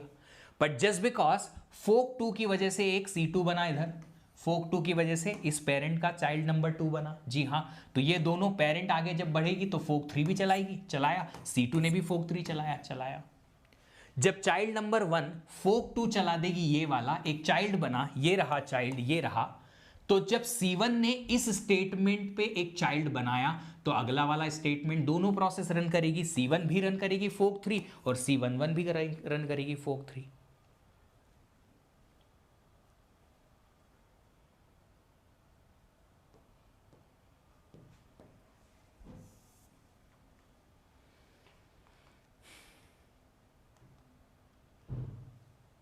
एक वेट फंक्शन के बारे में और बात करेंगे, क्योंकि इस बार ये क्वेश्चन जो है गेट में आया था जिसमें वेट फंक्शन कॉल किया गया था विद नो एनी पैरामीटर नल। तो ये वेट फंक्शन क्या करता है? ये वेट फंक्शन ब्लॉक करता है कॉलिंग प्रोसेस को until one of its child process completes. मतलब क्या कहता है कि अगर किसी पेरेंट ने चाइल्ड प्रोसेस क्रिएट कर दी है तो जब तक इसकी एक चाइल्ड प्रोसेस कंप्लीट नहीं होती ये पेरेंट प्रोसेस को आगे नहीं बढ़ने देता। मतलब पहले चाइल्ड प्रोसेस को बढ़ने दो, उसके बाद ही पेरेंट प्रोसेस आगे बढ़ेगी। चाइल्ड प्रोसेस जब कंप्लीट होगी उसके बाद ही पेरेंट कंप्लीट होगा, ऐसा ये वेट बोलता है। तो जिसने भी वेट फंक्शन चला दिया वो अपने चाइल्ड के खत्म होने का वेट करता है। मतलब खाली सीक्वेंस फिक्स करना है कि पहले चाइल्ड प्रोसेस चलेगी उसके बाद पेरेंट प्रोसेस चलेगी। That's the only motive of that wait function.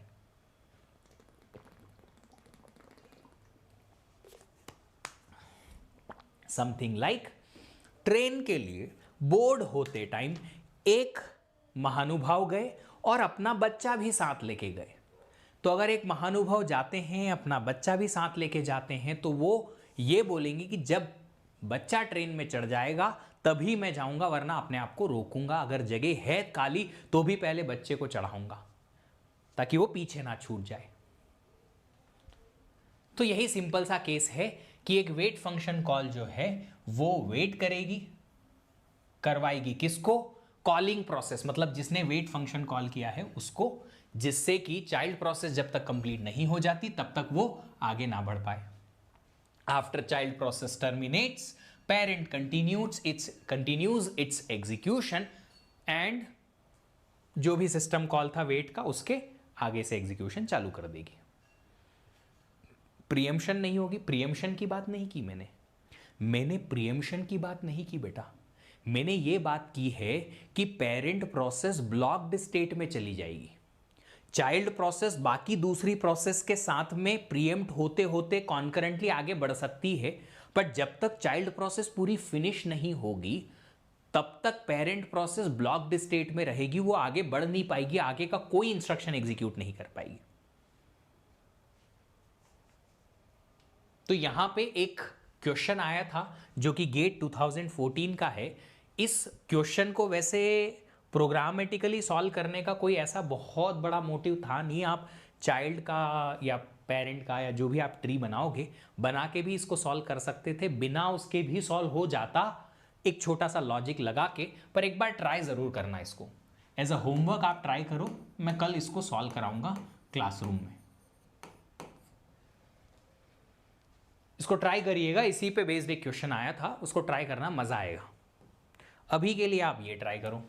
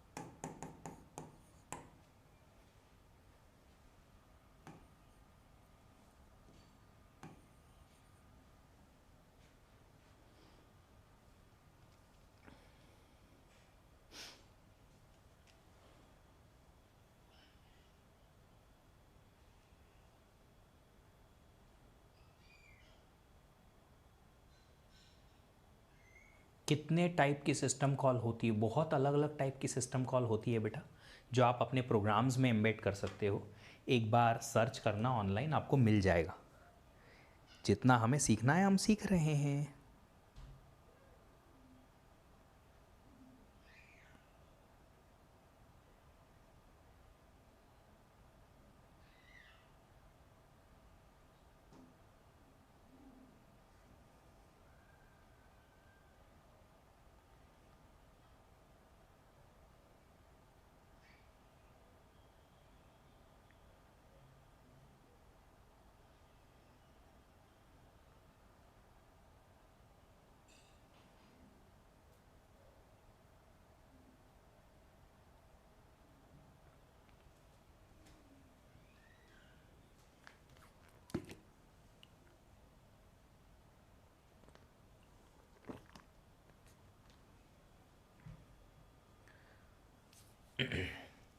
Four four four four three,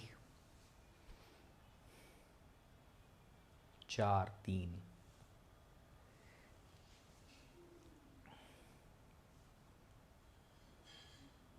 अब मजा आया ना बीडू? अशोक कुमार जी बोलते हैं सिर्फ एक बार। अच्छा, आप सब लोगों को सी प्रोग्रामिंग तो आती है ना एटलीस्ट? क्योंकि मैं जो ये प्रोग्राम आपके सामने दिया हूँ, मैंने जो आपको ये प्रोग्राम दिया है, इसमें सी प्रोग्रामिंग काफ़ी डिटेल्ड में यूज्ड है, आई थिंक टू। अच्छा, आप सोच रहे हैं कि 2 होना चाहिए, है ना? पर कंफर्मेशन नहीं है। ऐसा कैसे चलेगा रे? ऐसा कैसे गुंडा बनेगा रे तू? कैसे IITN बनेगा रे तू? चलो समझो, मैं 3 फोक कॉल हैं यहाँ पे, इनको नंबरिंग कर देता हूँ 1 2 और 3। सब लोग, सबके सब लोग जो हैं वो पहले पेन पेपर नीचे रखो और सिर्फ इधर इधर कंसंट्रेट करो मेरे को, सिर्फ और सिर्फ मेरे पे कंसंट्रेट करो, क्योंकि यहाँ बहुत सारी छोटी छोटी चीज़ें हैं जो मिस कर दोगे अगर इधर उधर गए तो। पेन पेपर ड्रॉप, मुझे कोई दूसरी एक भी टाइपिंग नहीं चाहिए, जस्ट सुनते रहो। अगर मैं कोई पूछूं कि ये क्या आएगा, टाइप करने की ज़रूरत नहीं है, ज़ोर से बोल देना कि हाँ ये आएगा, मेरे कानों तक आवाज़ जाएगी अगर आप बोलोगे तो। घर वाले पागल समझ लेने ना, वैसे भी नॉर्मली भी समझते हैं, तो कुछ नहीं बोलना, बस सुनो समझो। मैं दोबारा रिपीट नहीं करूँगा ये बात, सो पूरा अच्छे से समझिएगा। सबसे पहले चली पेरेंट प्रोसेस यहां से चली, इसने सबसे पहला फोक कॉल किया। तो पेरेंट ने जब पहला फोक कॉल किया, फोक कॉल नंबर 1, एक चाइल्ड प्रोसेस बनाई C1। एक चाइल्ड प्रोसेस बनाई C1। अब जब पहली बार फोक कॉल किया है, नंबर 1 वाला चलेगा, लेफ्ट वाला पहले। ये सी प्रोग्रामिंग में रूल होता है कि अगर और के थ्रू दो एक्सप्रेशन आपने कनेक्ट करके लिखे हुए हैं तो सबसे पहले लेफ्ट वाला एक्सप्रेशन सॉल्व होता है। That is the rule. हमने पहले लेफ्ट वाला फोक नंबर 1 रन किया, फोक से एक प्रोसेस बन गई चाइल्ड प्रोसेस। इस पर्टिकुलर फोक के लिए पेरेंट को रिटर्न होगा एक पॉजिटिव वैल्यू जो कि ट्रू वैल्यू हम कहते हैं कंडीशन के हिसाब से, और चाइल्ड को रिटर्न होगी C1 को यहां पे 0। तो मैं यहां पे अभी का एक केस लिख देता हूं कि P1 के लिए अभी तक का जो सिस्टम चला है वो ऐसा है कि यहां पे एक कोई नॉन जीरो वैल्यू रिटर्न हुई है फोक के लिए, और करके फोक नंबर 2 अभी लिखा हुआ है। ऐसा कुछ इफ की कंडीशन इसको समझ में आएगी, किसको? P प्रोसेस को। और चाइल्ड प्रोसेस के लिए क्या दिखेगा? इफ के बाद में सबसे पहला फोक चल चुका है, यहां पे आई है वैल्यू 0 और करके, और फोक कॉल अभी भी बचा हुआ है नंबर 2 का। ठीक है ना? अब सुनिए जरा, अगर हम और करके, अरे लेफ्ट राइट राइट लेफ्ट कुछ भी चलेगा, दोनों में से पहले लेफ्ट समझ लो बस। अभी समझो पहले क्या बोल रहा हूं। अगर एक फोक कॉल आपने चलाया, इस फोक कॉल की कंडीशन आई ट्रू, नॉन जीरो मतलब ट्रू होता है, क्या आपको पता है? अभी थोड़ी देर पहले बताया था ना। तो अब मैं पेरेंट की बात कर रहा हूं। पेरेंट के पास ये बात आई कि इसको ये नॉन जीरो मिला, पहला कंडीशन। अगर इसको पहला कंडीशन नॉन जीरो मिला, नॉन जीरो मतलब ट्रू, तो और के कंडीशन में अगर एक वैल्यू ट्रू आ गई है तो आगे की चीज चेक नहीं होती, आगे की कंडीशन चेक नहीं होती, जिसे हम शॉर्ट सर्किट कहते हैं। इसे हम क्या कहेंगे? शॉर्ट सर्किट कहेंगे। तो यहां पे हो जाएगा शॉर्ट सर्किट,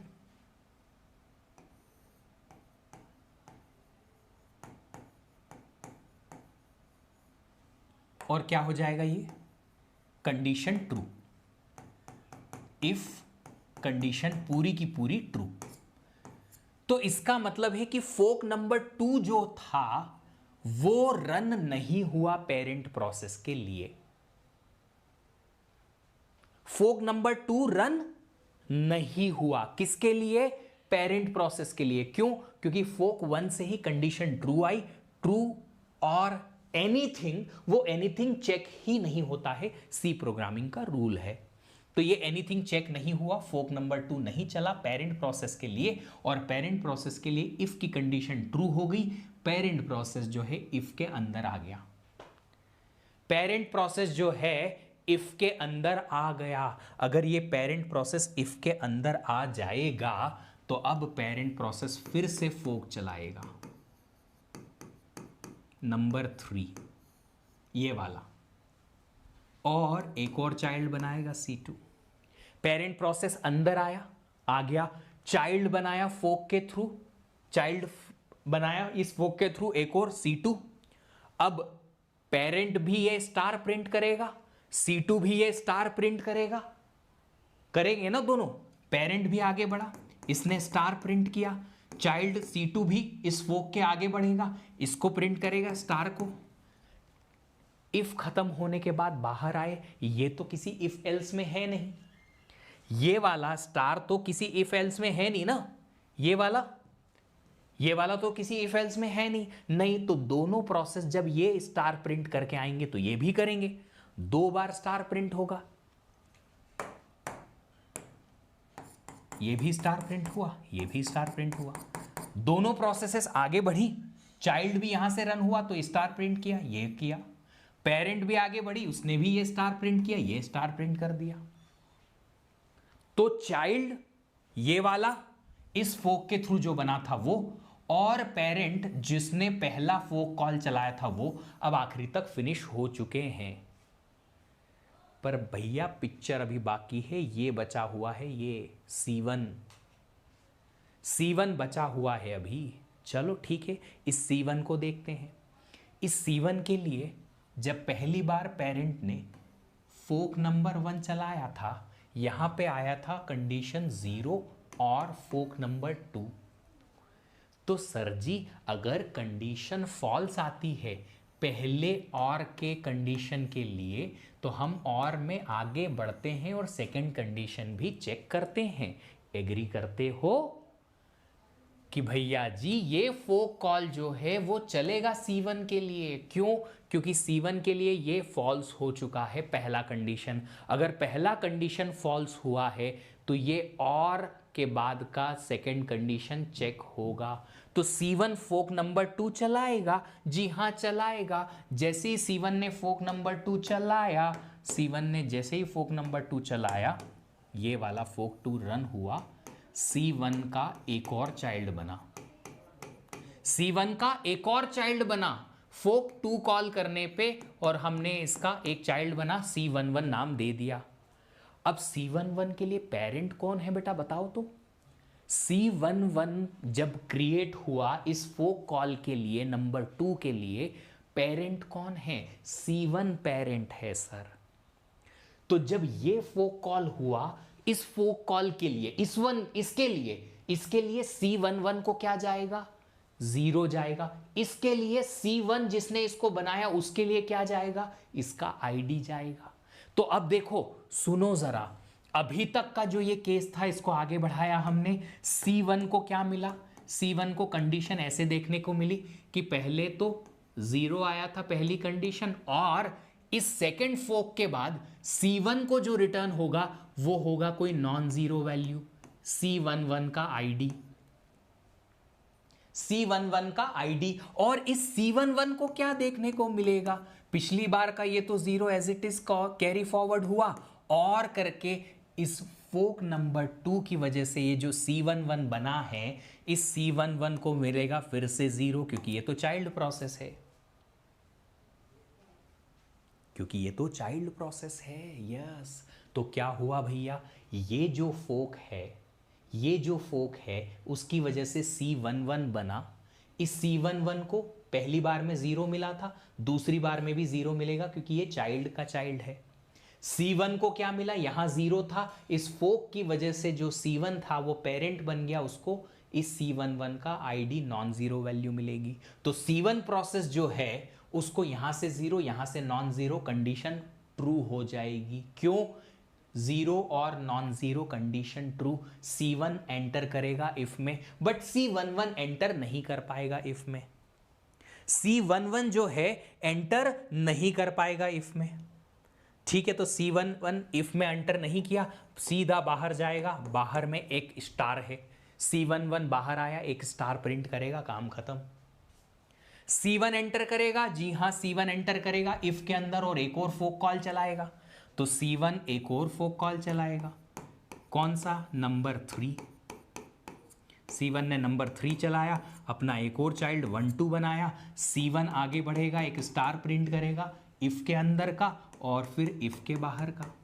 C12 इफ के अंदर का एक प्रिंट करेगा स्टार, और बाहर का स्टार प्रिंट करेगा। 2 2 4 2 6 2 4 8 और एक 9, 9 टाइम्स स्टार प्रिंट होगा।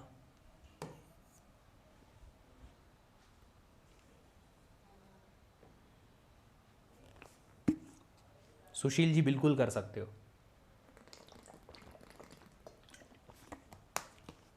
बस इस क्वेश्चन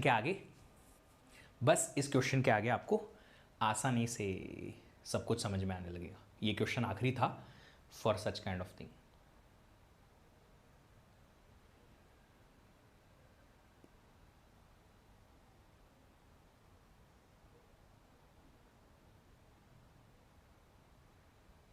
चलो, अब मैं चाहता हूं कि तुम एक काम करो, एक प्रोग्राम खुद से रन करके देखो। Homework question.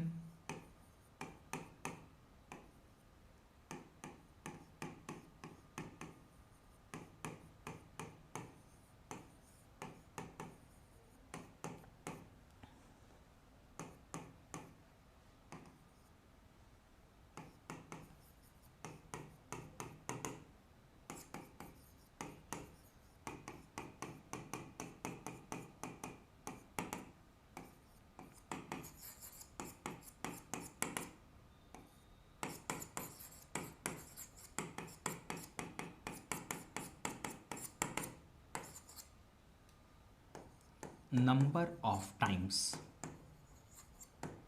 Star printed is equal to what. जीपीके क्वेश्चन है ये, घर पे करो प्रॉब्लम।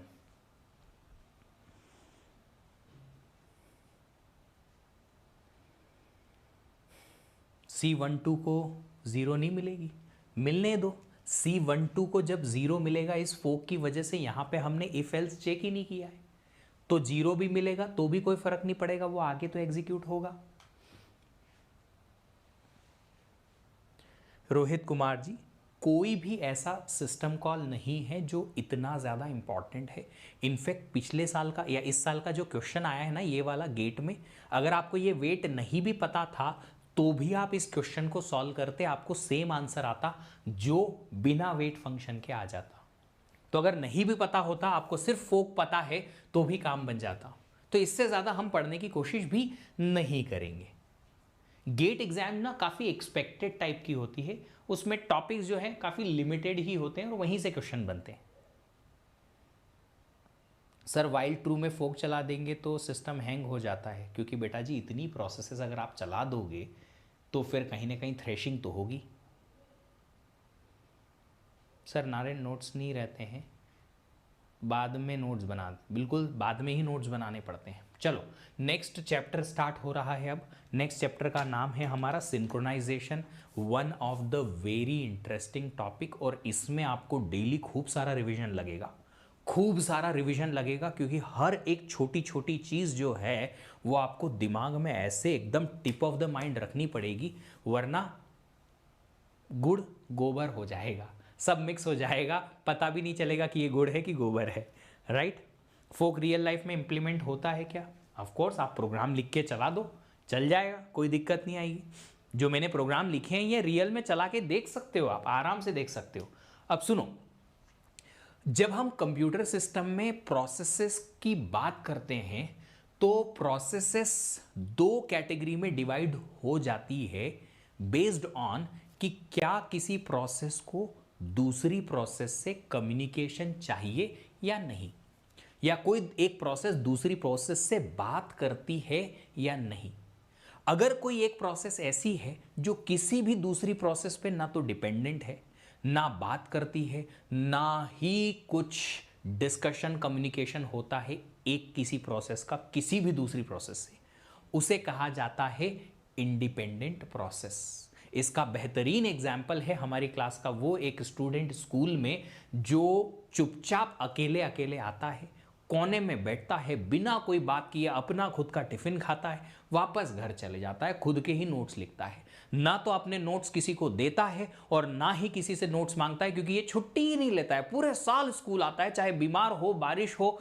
3 बच्चे अगर स्कूल आते हैं ना, उसमें से एक ये हमेशा रहता है, ये पहले दिन भी स्कूल आता है, लास्ट डे भी स्कूल जाता है, एग्जाम के दिन भी पहुंच जाता है, एग्जाम के पहले भी पहुंच जाता है, छुट्टियों में भी पहुंच जाएगा। वो बच्चा जो किसी से कोई डिस्कशन नहीं करता, ना ही किसी पे डिपेंडेंट है और ना ही किसी और को अपने आप पे डिपेंडेंट रखता है, उसे क्या कहेंगे? Independent process. तो एक ऐसी प्रोसेस जो कि किसी भी प्रोसेस से कोई डिस्कशन नहीं करती है या कम्युनिकेशन नहीं करती है कंप्यूटर सिस्टम में, उसे कहा जाता है independent process.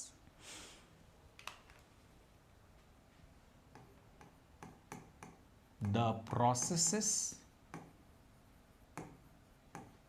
which do not communicate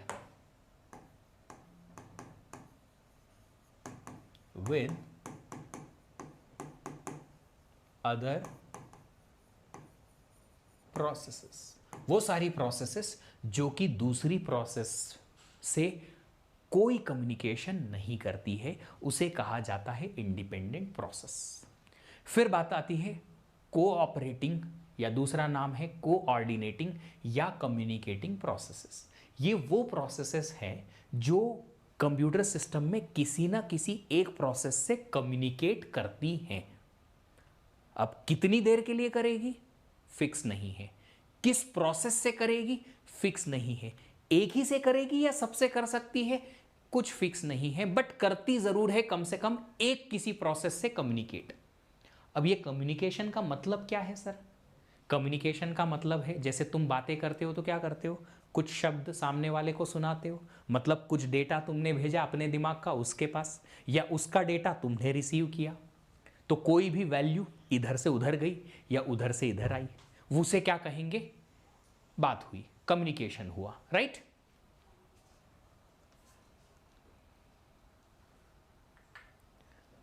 ठीक है, समझ में आई ये बात क्या कहा है? तो ये एक सिंपल सी बात है कि एक ऐसी प्रोसेस या वो सारी processes, the processes which communicate with other process लिखा मैंने ब्रैकेट में एस, मतलब दोनों में से कुछ भी हो सकता है, या तो एक प्रोसेस से या दूसरी मल्टीपल प्रोसेसेस से कोई एक प्रोसेस कम्युनिकेट करती है, तो उसे हम क्या कहेंगे? कोऑर्डिनेटिंग या कम्युनिकेटिंग प्रोसेस कहते हैं। ठीक है, जैसे कि हम लोग जो हम स्कूल में थे, मैं जाता था स्कूल तो अपना एक दोस्त, मतलब मेरा एक दोस्त मेरे घर आता था, पहले वो घर आता था, फिर हम दोनों साइकिल अपनी अपनी साइकिल से जाते थे, पर स्कूल साथ में जाएंगे, हम वेट करते थे, चाहे असेंबली मिस हो जाए, मार पड़ जाए, पर साथ में ज़रूर जाएंगे, वापस आते वक्त भी साथ में आते थे। बिल्कुल, कहीं मेरा लेक्चर मिस हो गया तो मैं उसके नोट्स भी मांग के लाता था, जब उसका लेक्चर मिस हो जाता था तो मैं अपने नोट्स भी देता था। अब अपने दोस्त तो सारे के सारे बड़े स्पेशल डैश डैश डैश होते हैं, है ना, कि मान लो एक लेक्चर उसका मिस हो गया, ठीक है, उसने मेरे नोट्स मांगे, मैंने दे दिए, अब कल चेक कराने की बारी आई, मैं वेट कर रहा हूं कि ये आएगा आएगा आएगा, स्कूल भी नहीं आया, ना घर आया, और मेरे नोट्स भी उसके पास रह गए। टीचर ने बोला कहाँ है नोट्स? सर वो उसको दिए थे, वो खुद भी नहीं आया, नोट्स भी नहीं लाए। झूठ बोलते हो तुम, पिटाई होगी तुम्हारी। So what am I saying here is कि अगर मैं किसी के साथ कम्युनिकेशन कर रहा हूं, किसी को अपना डेटा या अपने नोट्स शेयर कर रहा हूं, या किसी से नोट्स मांग रहा हूं, इसका मतलब है कि मैं कोऑर्डिनेटिंग टाइप का प्रोसेस हूं। सिमिलरली कोई प्रोसेस अगर कम्युनिकेशन करती है किसी दूसरी प्रोसेस से, तो क्या होगा? उसे हम कोऑर्डिनेटिंग या कम्युनिकेटिंग प्रोसेस कहते हैं। ठीक है, अब बात यह आती है कि हम ये डिस्कशन कर क्यों रहे हैं? डिस्कशन इसलिए कर रहे हैं कि अगर मैं इंडिपेंडेंट हूं, मैं रोज स्कूल जाऊंगा, मुझे किसी के नोट्स ना तो लेने हैं ना किसी को नोट्स देने हैं, किसी के लिए ना तो स्कूल के पहले वेट करना है और ना ही स्कूल से रिटर्न आने के लिए वेट करना है। अगर ऐसा है तो मैं अपने तरीके से अपने हिसाब से स्कूल आ जा सकता हूं, नोट्स लिख सकता हूं, कोई परेशानी नहीं है। बट अगर मैं किसी पे डिपेंडेंट हूं नोट्स के लिए, या मुझ पे कोई डिपेंडेंट है नोट्स के लिए, तो बातों में क्लैरिटी ज़रूरी है। वो क्लैरिटी क्या? जो अभी थोड़ी देर पहले मैंने कहा कि मैंने उसको नोट्स दिए, उसका प्लान था कि वो कल स्कूल नहीं आएगा क्योंकि उसको कोई इवेंट में जाना था, पर उसने मुझे बताया नहीं, तो मैंने उसको नोट्स दे दिए। अगले दिन जब स्कूल में गया, टीचर ने पूछा, अरे सर ये तो आया नहीं। सर बोलेंगे उसने तो कल ही मेरे को एप्लीकेशन दी थी लीव की, तुम्हें नहीं बताया। गलत बात, बताया होगा, तुम्हारे नोट्स प्रिपेयर्ड नहीं है इसलिए तुम घर छोड़ के आ गए, गलत झूठ बोल रहे हो तुम। इसे बोलते हैं कम्युनिकेशन गैप। क्या बोलते हैं इसे? कम्युनिकेशन का गैप क्रिएट हुआ। क्यों? इसलिए क्योंकि मैं और मेरा दोस्त जो है एक साथ सामंजस्य में नहीं थे, एक साथ एक सिंक में नहीं थे। एक और एग्जाम्पल बताता हूं जो तुम में से मैक्सिमम लोगों के साथ हुआ होगा। मान लो हो गई शुरू गर्मी की छुट्टियां, है ना, होता था ना बचपन में, समर वेकेशन मिलते थे, अब खेलने जाना है, क्रिकेट खेलने जाना है ग्राउंड पे। जी हाँ, एग्जाम खत्म हो गई। जी हाँ, दोस्तों ने सोचा चलो 4 बजे ग्राउंड पे मिल जाएंगे। ओके, 4 बजे सबके सब ग्राउंड पे मिलेंगे, ठीक है। अब बात ये हुई कि सबने सिंक कर लिया कि 4 बजे ग्राउंड पे मिलेंगे, पर ये डिसाइड नहीं किया कि कौन से ग्राउंड पे जाना है। अब आधी टीम ग्राउंड नंबर 1 पे पहुंच गई, आधी टीम दूसरी तरफ ग्राउंड नंबर 2 पे पहुंच गई। 2-4 लोग इधर हैं, 2-4 लोग इधर हैं। क्या प्रॉब्लम हुई? प्रॉब्लम ये हुई कि सब आपस में कम्युनिकेटेड थे, कम्युनिकेट करना चाहते थे, कर भी रहे थे, पर कम्युनिकेशन में आपस में सामंजस्य नहीं था, सिंक नहीं था कि कौन से वाले ग्राउंड पे जाना है। अब दो चार उधर चले गए, दो चार इधर चले गए, ये वाले यहां वेट कर रहे हैं, वो वाले वहां वेट कर रहे हैं, बैट इनके पास है, बॉल इनके पास है, दोनों ही क्रिकेट नहीं खेल पा रहे हैं, दोनों ही टीम क्रिकेट नहीं खेल पा रही। मोबाइल फोन भी नहीं होते थे उस टाइम पे कि फोन लगा दे तो भाई इधर आ जाना या वहां आ जाना। तो अगर कोई कम्युनिकेशन होता है दो लोगों के बीच में, तो उस कम्युनिकेशन में क्या होना जरूरी है? सिंक होना जरूरी है। दोनों आपस में सिंक करेंगे कि कितनी बजे ग्राउंड पे मिलना है, कौन से ग्राउंड पे मिलना है, बराबर ये तय होना जरूरी है। अगर ये तय नहीं हो पाया तो प्रॉब्लम क्रिएट होगी ऐसी। सेम चीज होती है किसमें? यहां पे भी, कि अगर कंप्यूटर सिस्टम में दो ऐसी प्रोसेसेस हैं जो कम्युनिकेटिंग प्रोसेसेस हैं, आपस में बातें करती हैं, और आपस में बातें करते टाइम उनके बीच में सिंक नहीं है, उनके बीच में सामंजस्य नहीं है, वो एक जैसा सोच नहीं पा रही हैं या एग्जीक्यूट नहीं कर पा रही हैं, तो प्रॉब्लम क्रिएट होगी। यस, क्रिएट होगी, बराबरी से होगी। तालमेल, बराबर, बहुत सही शब्द बोला, तालमेल नहीं है, सही तालमेल बैठाना जरूरी है। तो ये तालमेल बैठाने के लिए क्या करना पड़ेगा? ये तालमेल जो है ऑपरेटिंग सिस्टम बिठाता है बॉस, और इस तालमेल बिठाने को ही कहा जाता है प्रोसेस का सिंक्रोनाइजेशन।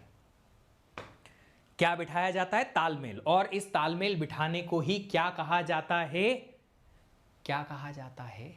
सिंक्रोनाइजेशन। कौन करेगा ये?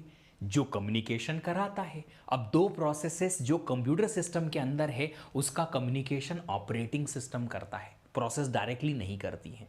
तो अगर कम्युनिकेशन ऑपरेटिंग सिस्टम कराता है, तो ऑपरेटिंग सिस्टम को इन दोनों के बीच में जो आपस में बातें करने वाली प्रोसेसेस हैं, इन दोनों के बीच में तालमेल बिठाना पड़ेगा, और इस तालमेल बिठाने को कहा जाता है प्रोसेस का सिंक्रोनाइजेशन। तो मुझे कहीं ना कहीं उम्मीद है कि आपको यह बात तो समझ में आई कि वर्ड सिंक्रोनाइजेशन या प्रोसेस का सिंक्रोनाइजेशन होता क्या है। नीड ऑफ सिंक्रोनाइजेशन मैं यहां पॉइंट लिख देता हूं।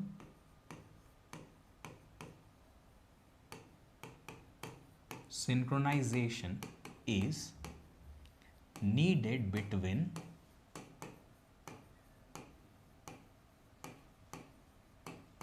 communicating processes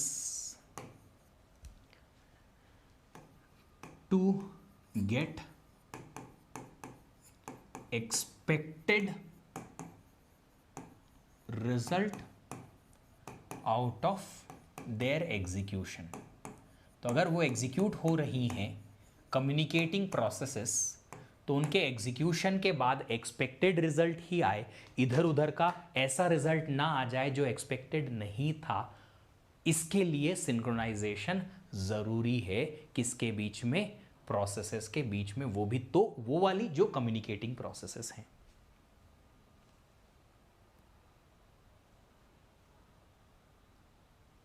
ठीक है, चलिए अब बात ये करेंगे कि अगर सिंक्रोनाइजेशन नहीं लगाया प्रोसेसेस के बीच में कंप्यूटर सिस्टम में, तो ऐसी क्या प्रॉब्लम्स हैं जो क्रिएट हो जाती हैं। तो ये कुछ 3 ऐसे इश्यूज हैं जो विदाउट सिंक्रोनाइजेशन होते हैं। पहला होता है इनकंसिस्टेंसी ऑफ डेटा, दूसरा होता है लॉस ऑफ डेटा, तीसरा होता है डेडलॉक। ये 3 प्रॉब्लम क्रिएट हो जाती हैं जब आप क्या करते हैं, इन कम्युनिकेटिंग प्रोसेसेस के बीच में सिंक्रोनाइजेशन नहीं लगा पाते हैं। तो ये प्रॉब्लम क्रिएट हो जाती है। कौन कौन सी? इनकंसिस्टेंसी आ जाती है। इनकंसिस्टेंसी मतलब कि जो हमें कंसिस्टेंट डेटा मिलना चाहिए या कंसिस्टेंट वैल्यू मिलनी चाहिए थी, वो मिली नहीं। कोई डेटा जो था वो लॉस हो गया, लॉस ऑफ डेटा। डेडलॉक ऐसी चीज़ है जो मैंने अभी तक आपको बताई नहीं, मैं जब बताऊंगा आपको समझ में आएगी। और वैसे भी आप तो प्रो लोग हो, चैंपियन लोग हो, कहीं ना कहीं वर्ड तो सुन के आते ही हो, है ना? वर्ड तो सुन के आते ही हो कि हाँ डेडलॉक कहीं ना कहीं तो सुना ही होगा, आप लोगों ने सुना होगा, तो आप आराम से शायद जानते भी होंगे क्या होता है डेडलॉक। नहीं तो मैं बताऊंगा कि क्या होता है। चलो, अब बात क्वेश्चन में यह आता है कि क्या पूरी प्रोसेस को सिंक्रोनाइजेशन की जरूरत लगती है? नहीं। दो मैं बताता हूं, बड़ा सिंपल सा एक फंडा है जो बहुत आसान है, मैं बताता हूं।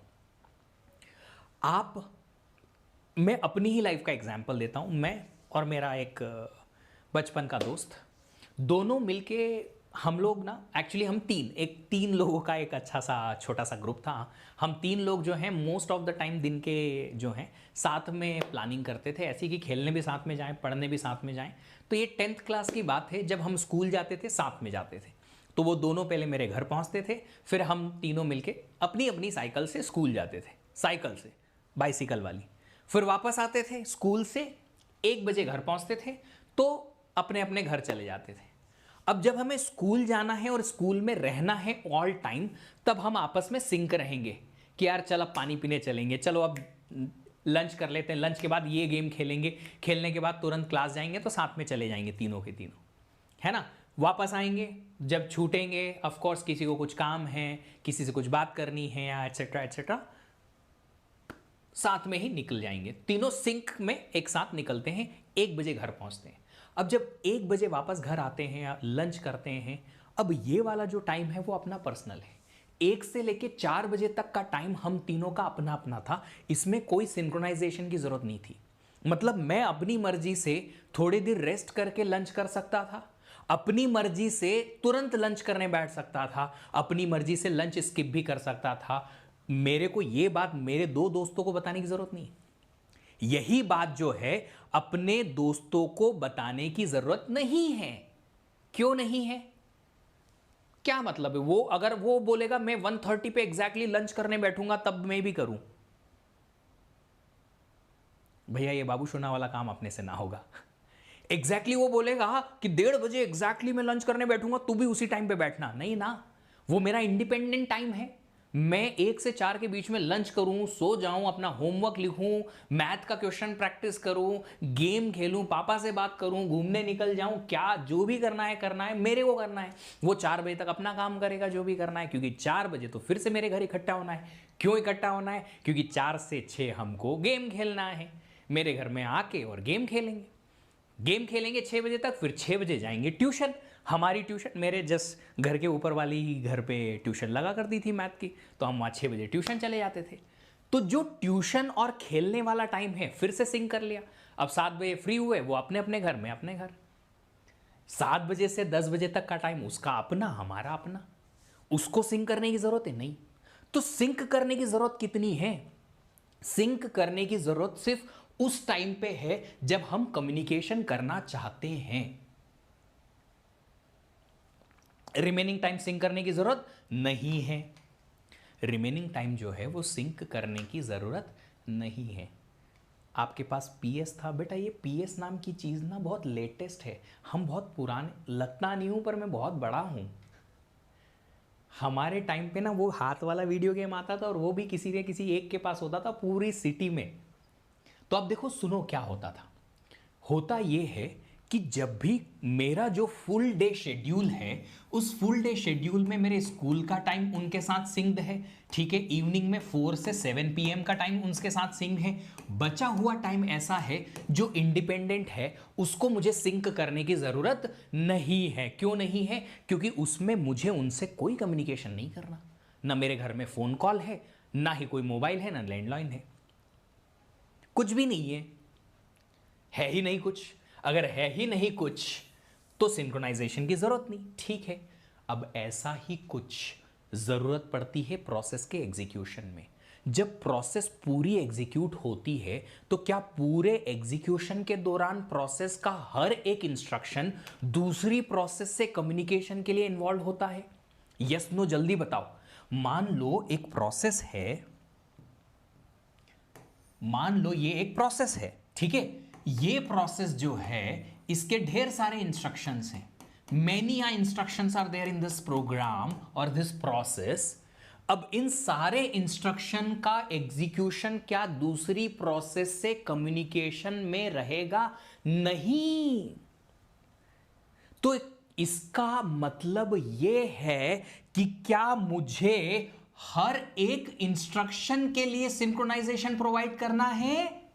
अगेन नहीं। क्यों नहीं? सर जो इंस्ट्रक्शन ऐसा है जो कम्युनिकेशन में इन्वॉल्व है, बस उसी को सिंक्रोनाइजेशन की जरूरत पड़ेगी, बाकी को नहीं। फिर से रिपीट करता हूं, इतने सारे इंस्ट्रक्शंस में से वही इंस्ट्रक्शंस जो कम्युनिकेशन में इन्वॉल्व हैं दूसरी प्रोसेस से, उन इंस्ट्रक्शन के एग्जीक्यूशन पे सिंक्रोनाइजेशन लगेगा, बाकी पर नहीं।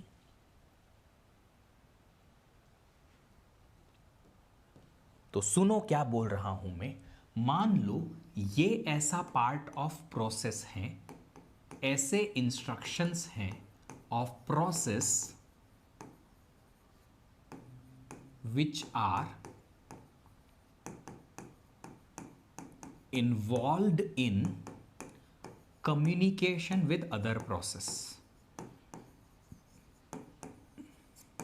मैंने अभी आइडेंटिफाई किया और पता किया कि ये इतने सारे इंस्ट्रक्शन ऐसे हैं जो कि इन्वॉल्व हैं किसी दूसरी प्रोसेस से कम्युनिकेशन करने के लिए, रिमेनिंग नॉट। जो रिमेनिंग हैं are not involved in any communication. तो कोई भी कम्युनिकेशन में इन्वॉल्व्ड नहीं है। कौन? बाकी के सारे इंस्ट्रक्शन। तो जितने इंस्ट्रक्शन इन्वॉल्व्ड हैं कम्युनिकेशन के लिए, इन पे लगेगा सिंक्रोनाइजेशन, जरूरत पड़ेगी। These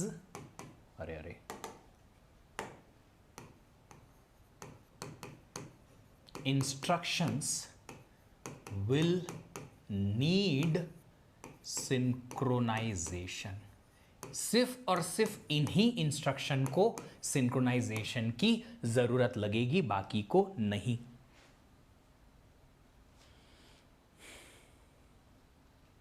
जिन भी इंस्ट्रक्शंस को सिंक्रोनाइजेशन की जरूरत लगेगी, ये वो पार्ट है जिसको हमें इस पूरे चैप्टर में, सिंक्रोनाइजेशन वाले चैप्टर में एक्चुअल में कंसंट्रेट करना है, इसी पे ध्यान देना है, बाकी को छोड़ दो।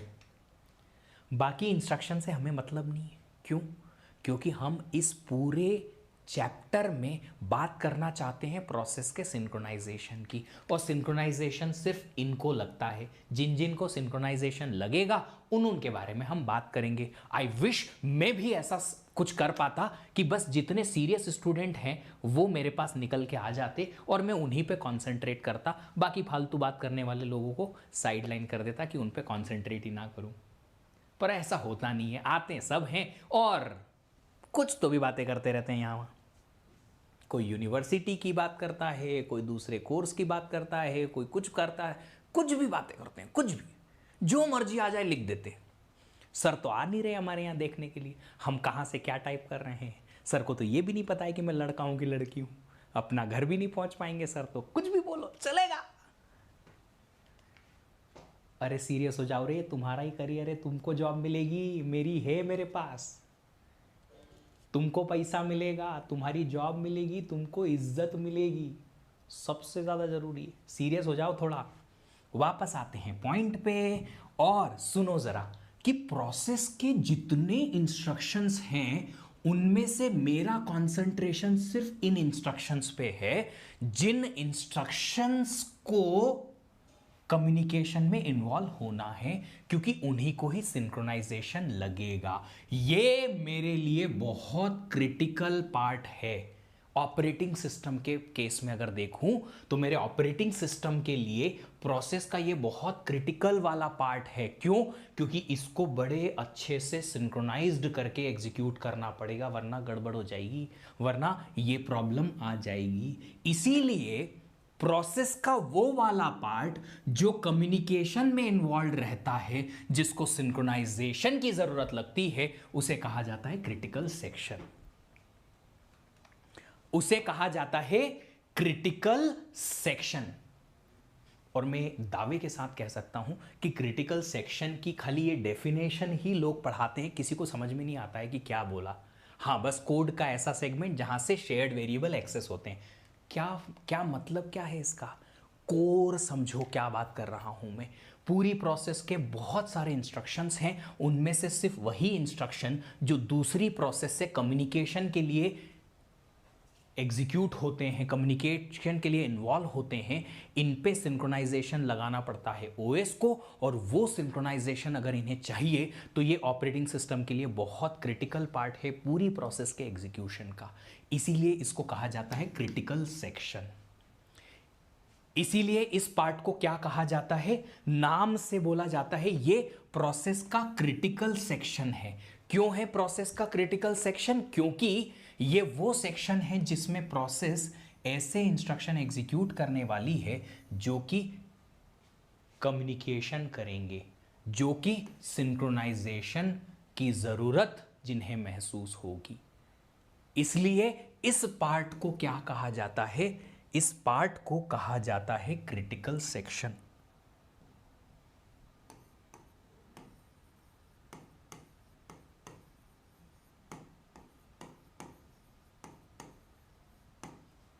क्यों इसको क्रिटिकल बोला गया?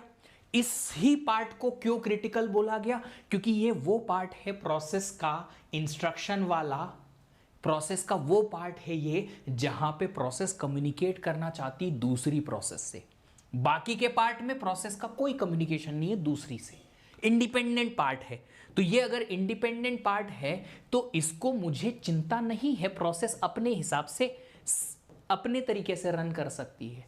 बट जहां प्रोसेस दूसरी प्रोसेस से बात करने गई तो ये पार्ट बहुत क्रिटिकल बन जाएगा ओएस के पर्सपेक्टिव में, क्योंकि इसको सिंक्रोनाइजेशन में इन्वॉल्व करना पड़ेगा, इसको सिंक्रोनाइज करना पड़ेगा, इसमें सिंक्रोनाइजेशन का सॉल्यूशन देना पड़ेगा ओएस को, ताकि दूसरी प्रोसेस से जब ये बातचीत हो, कम्युनिकेशन हो, तब ये बातचीत नॉर्मल वाली रहे, एक दूसरे का ये बाल ना नोच लें, एक दूसरे को खा ना जाएं, पीट ना दें।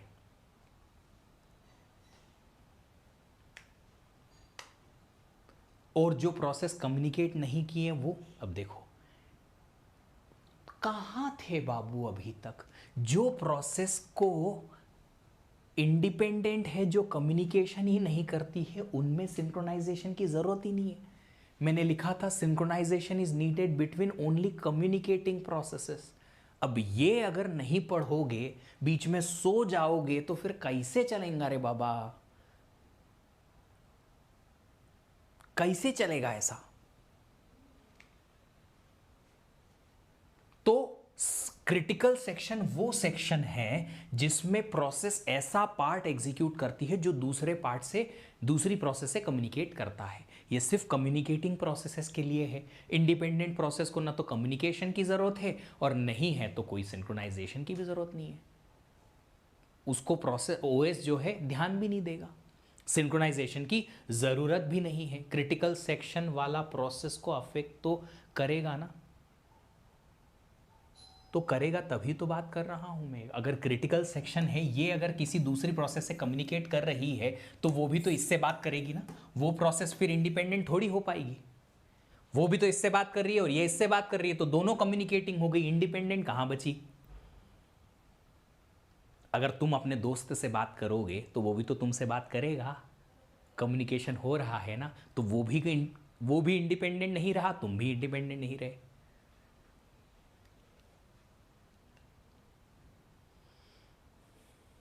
Hardware coordination is needed. अब हार्डवेयर होगा या क्या होगा, रुको पहले समझो। जो मैं डेफिनेशन समझा रहा हूं क्रिटिकल सेक्शन की, खाली इतनी समझो बात।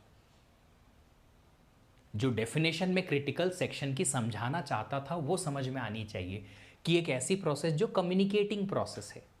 चंदन बाबू समझ में आई कि नहीं आई बात? मेरे जो 3 दोस्तों का, मतलब मैंने जो 3 लोगों का नाम बताया ना, उसमें मेरे एक दोस्त का नाम भी चंदन ही है। बस बात ये इतनी थी कि वो क्लास में इतने क्वेश्चन कभी पूछ नहीं पाता था, वो पूछता ही नहीं था, क्वेश्चन ही नहीं पूछता था, उसको दुनियादारी से मतलब ही नहीं था। जी कुछ तो समझ में आया? अगर नहीं समझ में आया तो फिर से पूछ लेना, कोई प्रॉब्लम नहीं है। तो एक प्रोसेस जो कम्युनिकेटिंग है, दूसरी प्रोसेस से बात कर रही है, ये प्रोसेस जो है आपस में अगर बात करेंगी, कम्युनिकेट करेंगी, तो कुछ ऐसे इंस्ट्रक्शन होंगे जिन्हीं के थ्रू ये प्रोसेस दूसरी प्रोसेस से बात करने जाएगी। और जो इंस्ट्रक्शन जिनमें कम्युनिकेशन होता है वही इंस्ट्रक्शंस के एग्जीक्यूशन के लिए ओएस को सिंक्रोनाइजेशन की ज़रूरत लगती है, और उसी पोर्शन को ही क्रिटिकल सेक्शन कहा जाता है, और क्रिटिकल सेक्शन को ही हमें सिंक्रोनाइज करना है। बाकी सेक्शन में जो प्रोसेस के इंस्ट्रक्शंस हैं आगे पीछे जहां भी हैं, उनको हमें चिंता करने की ज़रूरत नहीं है, उन पे सिंक्रोनाइजेशन लगाने की ज़रूरत नहीं है। प्रोसेस जब भी एग्जीक्यूट करे, कैसे भी करे, हमें कोई मतलब नहीं है। क्यों? क्योंकि उसमें प्रोसेस अपने अपने इंस्ट्रक्शन एग्जीक्यूट कर रही है और उससे किसी दूसरी प्रोसेस के रिजल्ट पे कोई फर्क नहीं पड़ेगा। कम्युनिकेशन का कोई चिंता नहीं है वहां पे। ठीक है? मेरा दोस्त चंदन क्या कर रहा है बेटा? वो बिजनेस करता है, अपना हॉस्पिटल चलाता है, मेडिकल स्टोर चलाता है, करोड़पति है।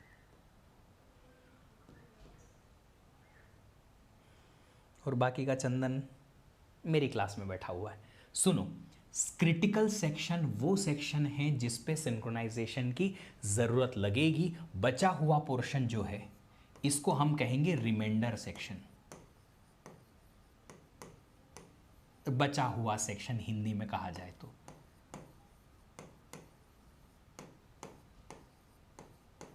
Does not need any synchronization. क्यों? क्योंकि इसमें प्रोसेस किसी दूसरी प्रोसेस से बात ही नहीं कर रही। तो क्या करेंगे? सिंक्रोनाइजेशन की जरूरत नहीं है।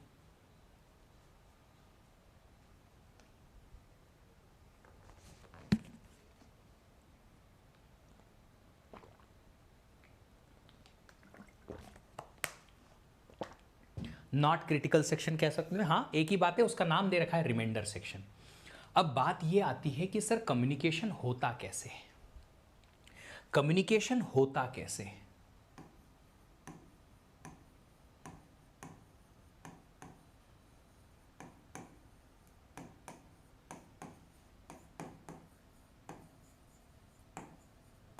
दो प्रोसेसेस के बीच में या प्रोसेसेस के बीच में कम्युनिकेशन कैसे होता है, इसको आप आईपीसी भी बोलते हैं, इंटर प्रोसेस कम्युनिकेशन।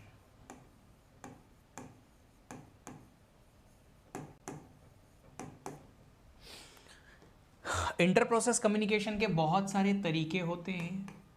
एक तरीका होता है पाइप का, एक तरीका होता है क्यू का, एक तरीका होता है शेयर्ड वेरिएबल का, मैसेज पासिंग का, कि एक प्रोसेस ने कोई मैसेज दूसरी प्रोसेस को भेजा तो ये दोनों प्रोसेस कम्युनिकेटिंग हो जाएगी। मैसेज मतलब कोई वैल्यू या वेरिएबल या एरे या कुछ भेज दिया। शेयर्ड वेरिएबल का मतलब एक ऐसा वेरिएबल है, वेरिएबल x, जो कि P1 एक्सेस करती है और P2 भी एक्सेस करती है, दो प्रोसेस एक्सेस करती है। अब दो प्रोसेस अगर शेयर्ड वेरिएबल एक्सेस करती हैं तो ये एक दूसरे पे डिपेंड हो गई। क्यों? क्योंकि अगर P1 ने इसको चेंज किया तो वो P2 को दिखेगा, अगर P2 ने इसको चेंज किया तो वो P1 को दिखेगा। मतलब एक दूसरे से बातें तो कर रही हैं कि देखो P2, देखो मैंने इस वेरिएबल को 9 कर दिया है। P2 बोलेगा ओ देखो मैंने अब इसको 10 कर दिया है। तो कहीं ना कहीं शेयर्ड वेरिएबल के थ्रू ये आपस में बातें करती हैं। अब हमारा जो पूरा इस ऑपरेटिंग सिस्टम का जितना भी डिस्कशन है मोस्टली रहेगा इसके अराउंड। शेयर्ड वेरिएबल कोई है दो प्रोसेसर्स के बीच में और वो हम यूज करेंगे। अब ये बाकी की सारी चीजें ना हमको नहीं पढ़नी, हमारे गेट के लिए नहीं है, इसलिए हम डिस्कशन भी नहीं करेंगे। गेट के लिए जो है, गेट के लिए हम इसको डिस्कस नहीं करेंगे। वो क्या होता है, कैसे होता है, क्यों होता है, वो सब पाइप क्यू ऑलमोस्ट एक ही चीज होती है, बट हमें डिस्कस नहीं करना है, बिल्कुल भी डिस्कस नहीं करना है। ना ये करना है, ना ये करना है, ना ये। शेयर्ड वेरिएबल मतलब एक वेरिएबल है जो दोनों प्रोसेस एक्सेस कर सकती है, दोनों के बीच में शेयर्ड है। अब शेयर्ड है तो यूज होगा, यूज होगा, करते रहो भाई। एक ने अगर चेंज किया वो दूसरे को दिखेगा, दूसरे ने चेंज किया तो पहले को दिख जाएगा, ऐसे वो काम करेंगी। ठीक है, चलो अभी क्रिटिकल सेक्शन वो एक सेक्शन है, कोड सेगमेंट वो ऐसा कोड जहाँ पे कि प्रोसेस दूसरे से कम्युनिकेट करती हैं। कम्युनिकेशन का एक तरीका मैंने बताया शेयर्ड वेरिएबल का, इसीलिए मोस्ट ऑफ द प्लेसेस पे डेफिनेशन ऐसी ही मिलती है कि एक ऐसा कोड पार्ट प्रोसेस का जहाँ से शेयर्ड वेरिएबल एक्सेस होता है। शेयर्ड वेरिएबल एक्सेस हो रहा है मतलब कम्युनिकेशन हो रहा है, इसीलिए ये क्रिटिकल सेक्शन की डेफिनेशन ऐसी आपको दिखती है गेट में। मोस्टली इसरो की एग्जाम में तो एज इट इज बहुत बार ये question as it is line के साथ पूछा गया है, सेम टू सेम। ठीक है, चलिए अब आज के लिए मुझे लगता है हम इतना ही डिस्कस करें तो ठीक है। कल हम जब आगे बढ़ेंगे तब हम आगे बढ़ेंगे रेस कंडीशन के साथ, कुछ क्वेश्चंस के साथ, और हम पढ़ेंगे क्रिटिकल सेक्शन के सॉल्यूशन जो हम प्रोवाइड करेंगे उसकी रिक्वायरमेंट्स क्या होती है, कि अगर क्रिटिकल सेक्शन है, सिंक्रोनाइजेशन उसमें प्रोवाइड करना है, तो फिर उसका सॉल्यूशन में क्या क्या ज़रूरत होनी चाहिए, क्या उसकी रिक्वायरमेंट होनी चाहिए, सॉल्यूशन किन किन चीज़ों से भरा हुआ बना हुआ होना चाहिए, वो हम बात करेंगे। है आर्टिफिशियल सीपीयू, बट मैंने नहीं बोला कि आर्टिफिशियल सीपीयू है, मैंने कहा था कि जावा जो है उसमें एक जेवीएम मशीन होती है, वर्चुअल मशीन, जिसके लिए पहले कंपाइलर इंस्ट्रक्शन क्रिएट करता है, जो कि वर्चुअल मशीन है। It's just a dummy machine, जो एक्चुअल में कोई सीपीयू नहीं है, बस एक सीपीयू होने का नाटक कर रहा है, उसके लिए इंस्ट्रक्शन बनते हैं, ऐसा बोला था मैंने। एक्स्ट्रा क्लास होगी या नहीं, अभी तो नहीं है, अब हमारी जो नेक्स्ट क्लास होगी वो मंडे को होगी। सर आज दिन बहुत टफ जा रहा है, मगर पढ़ना नहीं छोड़ रहे हैं, बस वही तो, इसी को ही तो बेटा डिसिप्लिन कहते हैं, डिसिप्लिन होना ज़रूरी है। हमको जावा आता है, बहुत अच्छी बात है बेटा, वो बहुत अच्छा है, कुछ कोडिंग तो आनी चाहिए। डाउट सेक्शन, सौम्या जी आप डाउट जो है अपने ग्रुप पे डाल दो, टेलीग्राम ग्रुप पे, मैं आपसे वहाँ पे बात करता हूँ। But how it became platform independent, क्योंकि कंपाइलर जो है वो सीपीयू, जो अंडरलाइंग सीपीयू है उसके लिए इंस्ट्रक्शन नहीं बनाता ना, जो कंपाइलर है वो जेवीएम के लिए इंस्ट्रक्शन बनाता है।